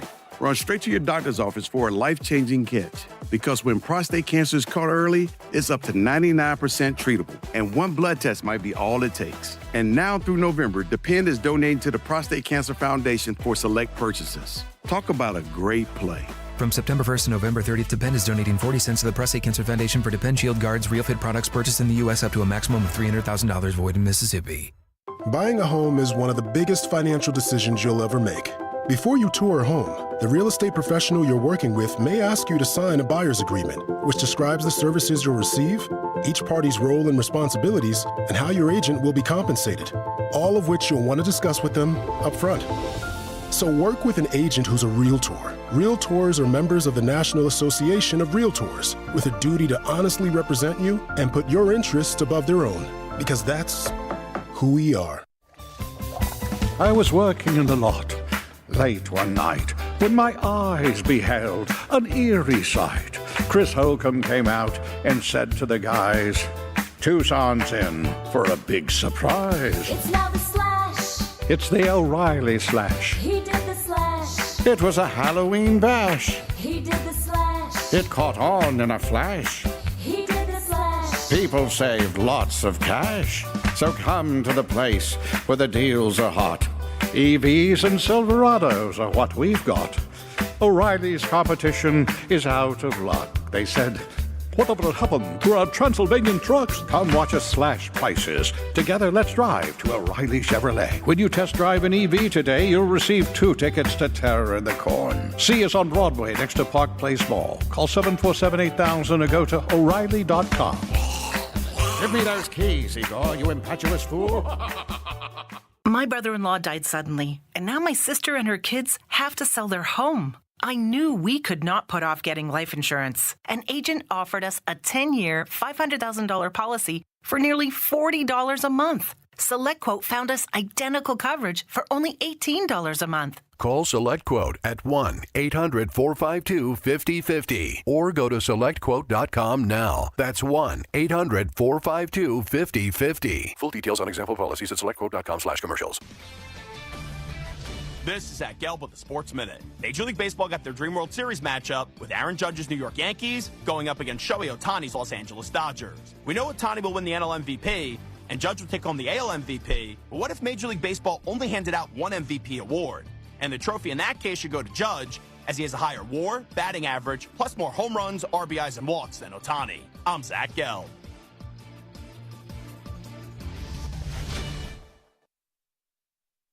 It's football season, and now you can get anything you need for game day delivered with Uber Eats. Well, almost anything. You can't get a running back, but baby back ribs? Yes. Uber Eats, official on-demand food delivery partner of the NFL. Are you the parent of a 2 to 7-year-old? Listen closely for an exciting free radio offer. By now, you've probably heard of ABC Mouse, the Parents' Choice Award-winning online learning program that's actually changing the lives of early learners everywhere. ABC Mouse is like a little one-on-one teacher. It has helped her so much. Right now, we're offering a special radio promo to try it free for a month, but you have to go to abcmouse.com/radio to claim your free month. That's abcmouse.com/radio. Sponsored by Age of Learning. Need to hire? You need Indeed. Their end-to-end solution helps you attract, interview, and hire candidates all year round. Schedule and conduct virtual interviews right from your Indeed dashboard. Learn more by visiting Indeed.com/credit. DK on the Sports Tip on Wildcats Radio 1290. 520-848-1290. 520-848-1290 is the number to get in on the program. You can call us at that number. You can text us at that number. It is basketball night in Arizona. The Wildcats are on the floor at McHale Center. Tip-off coming up in a little bit over an hour, 7 o'clock. Eastern New Mexico is the opponent. I don't think we've ever played Eastern New Mexico during the 16, what is it, year 17 now for me here at the University of Arizona. Do you know where Eastern New Mexico is? JW Madden. Do you know what? It's a very small town in New Mexico. That's my guess. How'd you guess? It is a very small town in New Mexico. Portales. I've never heard of Portales. Portales, New Mexico. It is on the eastern border by Texas. So it is near Clovis, New Mexico. I know a lot about Clovis, New Mexico, because actually Clovis, New Mexico was a town where a lot of kids out of USC would go to start their radio careers. I had another radio buddy of mine, who started his radio career in Clovis, New Mexico. It actually looks like Portales is relatively close to Lubbock. Looks like maybe a couple of hours from Lubbock, Texas. So there you go. Portales, New Mexico is where Eastern New Mexico is located, and that will be your opponent tonight for the Arizona Wildcats. We're going to dive in more to this after the top of the hour. Wildcats Radio 1290 pregame extra. And sometimes we do an extra show when we don't have a normal pregame for sports like men's basketball, women's basketball, baseball, and such. Although I don't think we've talked about this just yet, but we'll let you know now. Last year, we had the majority of the women's basketball games were on 1290 because of the structure of the Pac-12, where the men and the women played opposite pretty much Thursday, Saturday, Sunday, Friday, Sunday for the women, Thursday, Saturday for the men, or Wednesday, Saturday for the men. So we were able to clear the majority of the Arizona women's basketball games here on 1290, which I kind of wanted to bring them back to the main station. They had been for a number of years over at on Freedom 1400 KTUC, or KTUC when it was the music station. Oldies. What was that? I don't even know. What was it called back then? Oldies 1400 or classic hits of the 50s 1400 or whatever it was called back then. But the nature, unfortunately, of the Big 12 scheduling is going to prevent us from having the women's basketball games on 1290 this year. So they will be shifting back exclusively to 1400, Freedom 1400 this season, KTUC. So All of the men's games obviously will be here on 1290. All of the women's games will be on Freedom 1400. And we kind of weren't sure how that was going to work out in terms of the scheduling of the Big 12. Unfortunately, the Big 12 has traditionally had everyone play on Saturday. And so that's the big issue is both the men and the women in this particular conference are going to be playing on Saturday. That second day is usually separate, but that Saturday was going to create a conflict for the majority of the conference schedule. And then the other thing was the fact that the Wildcat men are going to play a number of games on Tuesdays this year in this new conference. And that is also going to be the night that the Adia Barnes radio show is going to be on.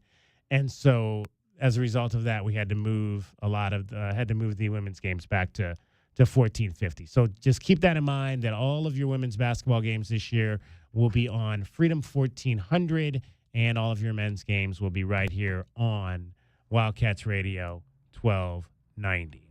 All right, speaking of women's basketball, we crowned a champion on Sunday night in a game that was very tight throughout. Winner take all game 5. Here we go in Brooklyn. Collier, the ball fake, the attack, and lays it in to Fisa Collier. Dumps it down, Jones the catch, and the finish. Stewart the rejection. What defense from Brianna Stewart. Her third block of the game. Phoebish attacks the paint and lays it in. Off to Collier. Minnesota down 2. Collier spins. Collier ties it up. 58 all. Timeout New York. With 5.2 to go. And has the first.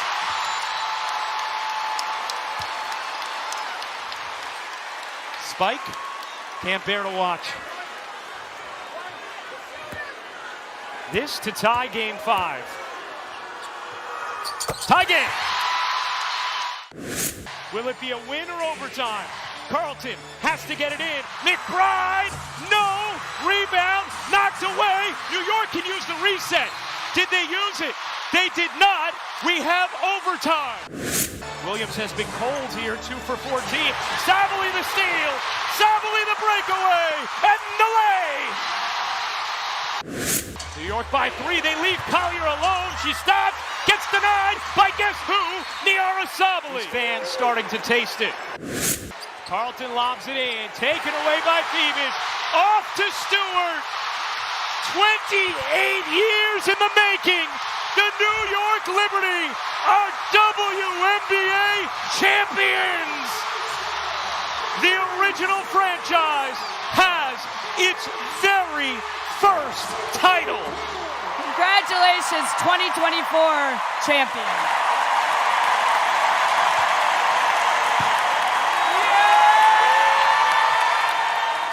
That is still amazing to me that the New York Liberty, it took them 20. Can you imagine, another New York team taking them 28 years to win a title? They brought Brianna Stewart over specifically for that purpose, right, from Seattle. Absolutely. Absolutely. You want to hear the 3-point shooting numbers in this game, J-Dub? I know I've heard the free throw shooting numbers for this game, DK. That's all anybody's talking about. Actually, the free throw shooting, there was a huge, the free throw shooting numbers in terms of the actual ability to do that was pretty good. The two teams combined for 28 of 33, but there was a huge discrepancy. The Liberty went to the line 25 times in this game, to the Lynx just 8. But these two teams combined to shoot 5 for 42. 5 for 42 from 3. Yeah, I mean, those are 2 3-point shooting teams as well, DK. Ugh. 5 for 42 from 3. I don't know what Sabrina Ionescu finished, but I know she started off real cold from the field. She was one of 19 in the game. One of 19. One of 19 and one championship brought home, right? The team that won this game, the New York Liberty, shot 31% from the floor. and won the game. Your best guard was 1 of 19. Breanna Stewart was 4-15. Not good shooting, and I mean, and that's what a lot of people were talking about. How how this is the best you've got, these two teams, and this is like this is what the product looks like for a championship series. And you're talking about going to 7 games. Now, Breanna did grab 15 rebounds to go along with her 13 points, but your star guard. Can you imagine a deciding game 7 in the NBA, and LeBron James goes 1 for 19, or Steph Curry goes 1 for 19, and your team wins the game? Needless to say, Cheryl Reeve, the head coach of the Minnesota Lynx, was not happy with the fact that the New York Liberty shot 25 free throws and her Lynx shot just 8. I thought today was incredibly disappointing. The challenge, we have got to change our challenge rules, and the officials doing the game should have a third party, because that was not a foul. That call should have been reversed on that challenge.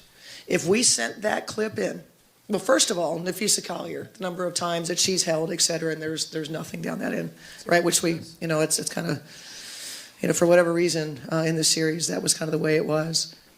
But when at the other end, when we challenged it, if we would have turned that clip in, they would have told us that it was marginal contact, no foul. Guaranteed. So when you review, those should be the same parameters that you're reviewing with. But the 3 people that are on the game need a third party to let them know, because that decided the game. And I know all the headlines will be Reeve cries foul. Bring it on, right? Bring it on, because it was stolen from us. Bring it on.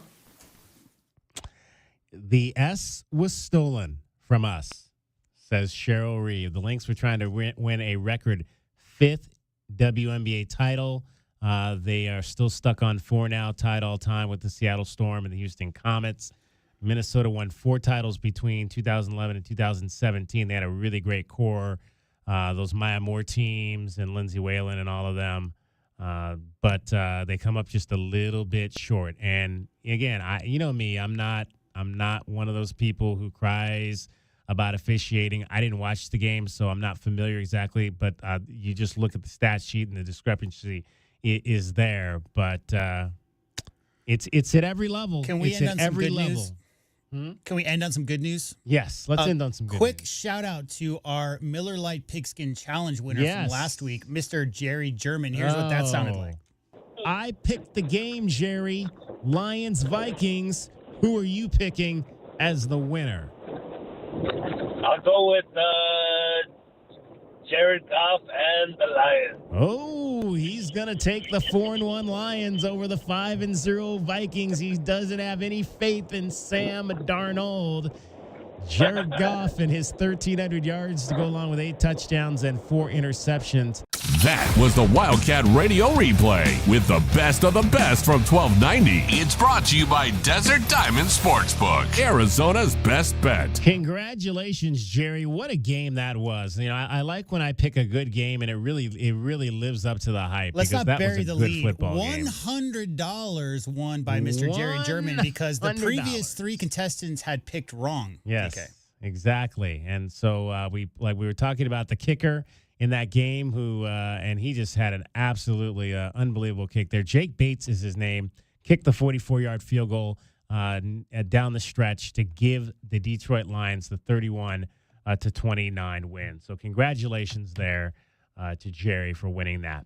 All right, we are done with DK on the sports tip, but we are not done. We've got pregame extra, Wildcats Radio 1290 pregame extra for you coming up. We'll take you from 6 to 6:30 right up to Brian Jeffries and Ryan Hansen. Arizona basketball, the 10th-ranked Wildcats play their first exhibition game tonight against Eastern New Mexico. Thanks to J-Dubs, thanks to Audio Bob, thanks to Priscilla, thanks to Dragon Ball. That's our time for tonight. Thank you very much for your time. It's DK on the Sports Tip. We'll talk to you tomorrow at 3 o'clock. You're listening to Wildcats Radio 1290. From the O'Reilly Chevrolet Traffic Center, this is Wildcats Radio 1290 Traffic and Weather Together, sponsored by Park Place Management. Lots of slowing right now on Stone for two separate reasons. We have an accident with possible injuries at Fort Lowell and North Castro Avenue, just west of Stone, over in the Coronado Heights area. We also have reports of a wire down over at North Stone Avenue, south of Glen, as we speak. As for the weather, we're finally getting out of the 80s here soon, getting ready for those 70s tonight. I'm Dragon Ball with you, Wildcats Radio 1290 Traffic and Weather This report is sponsored by Cool Willie's Air and Plumbing. At Cool Willie's Plumbing, they'll help you with drain cleaning, water treatment, sewer repairs, and replacements. Trust the big guy. Contact Tucson's most respected plumbing experts at CoolWillies.com, where they are big enough to help and small enough to care. That's CoolWillies.com. CoolWillies.com. Escape the ordinary and indulge in a world of excitement at Park Place Mall. Discover endless possibilities with over 100 stores, restaurants, and entertainment options. Join them for the monthly Kids Club, Yappy Hour, and seasonal events. From fashion to food, it's all at Park Place Mall, where you belong. Rusty's Family Restaurant and Sports Grill is celebrating their 24th anniversary for the entire month of November. In celebration, check out Rusty's Beer of the Month, Westside 45 Mexican Lager by Huss Brewing Company, named after Rusty's location on the west side, right in the 4-5. Rusty's also carries a large selection of bottled beer, draft beer, wine, and cocktails. October baseball is in full swing, and so is football. Rusty's is the go-to spot to watch all your favorite sports teams play, with over 45 TVs. Enjoy Rusty's elevated menu that includes delicious wings, amazing burgers, tasty bistro medallions, and so much more. Check out their complete menu at rustystucson.com. Rusty's Family Restaurant and Sports Grill, located on Grand Silverbell. And this Friday, we've got a sweet deal for you from Rusty's Family Restaurant and Sports Grill. You can get a $50 gift certificate for just $25. And this sweet deal will go on sale this Friday morning at 8:30 at WildcatsRadio1290.com. Tucson, remember, the home of the Wildcats is 1290, with Brian Jeffries calling all the play-by-play action of Arizona football, men's basketball, and baseball. The one and only home of Arizona athletics is 1290. Wildcats Radio 1290. Marco! Polo! Marco! Polo! In a giant pool of business competitors, don't be the one left unseen and out of reach. If you're a business owner and need help with your online presence, let's make it happen. Introducing Cumulus Boost. Boost your website. Boost your findability. Boost your reputation. Boost your business. Marco? Yes, I'm Marco. Get a boost, get found, get on the map. Contact us today at cumulusboost.com. At Wildcats Radio 1290, we're not just radio. We're your source in Tucson for digital marketing solutions. We specialize in creating strategic and effective marketing campaigns designed to get results for your business. Whether you want to target a local, regional, or a national audience, we have the right solution for your business. Call the Wildcats Radio 1290 business line at 520-887-1000 and put Cumulus Digital Media to work for you. Hey homeowners, are you ready to chill out and go green? Goodfellas Air Conditioning can help. Introducing our latest lineup of energy-efficient systems featuring the new R32 refrigerant. It's cooler, greener, and better for the planet. You'll enjoy lower energy bills and a smaller carbon footprint. Not a fan of change? Goodfellas has a surplus of reliable R410 systems available. Unsure about what system you have or have questions? Give us a call for a free inspection. Goodfellas Air Conditioning, keeping it cool, keeping it green, and always keeping you comfortable. Think of waking up with energy, standing tall and feeling free. Think First Chiropractic, good health is to enjoy. First Chiropractic is pleased to announce that Access Health Plans now cover chiropractic care. A referral by your PCP is required. For more information, go to firstchiro.com, the most trusted name in chiropractic care. A proud U of A radio sponsor. First Chiropractic, good health is to enjoy.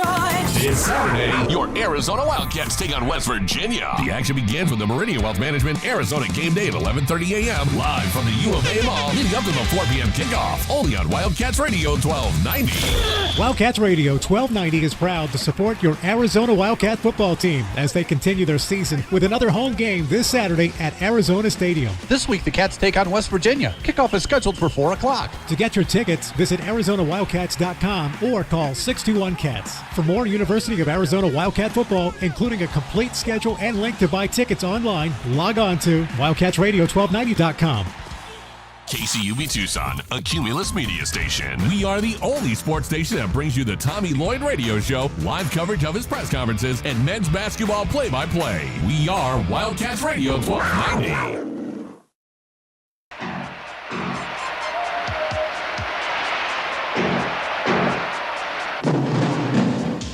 Got you.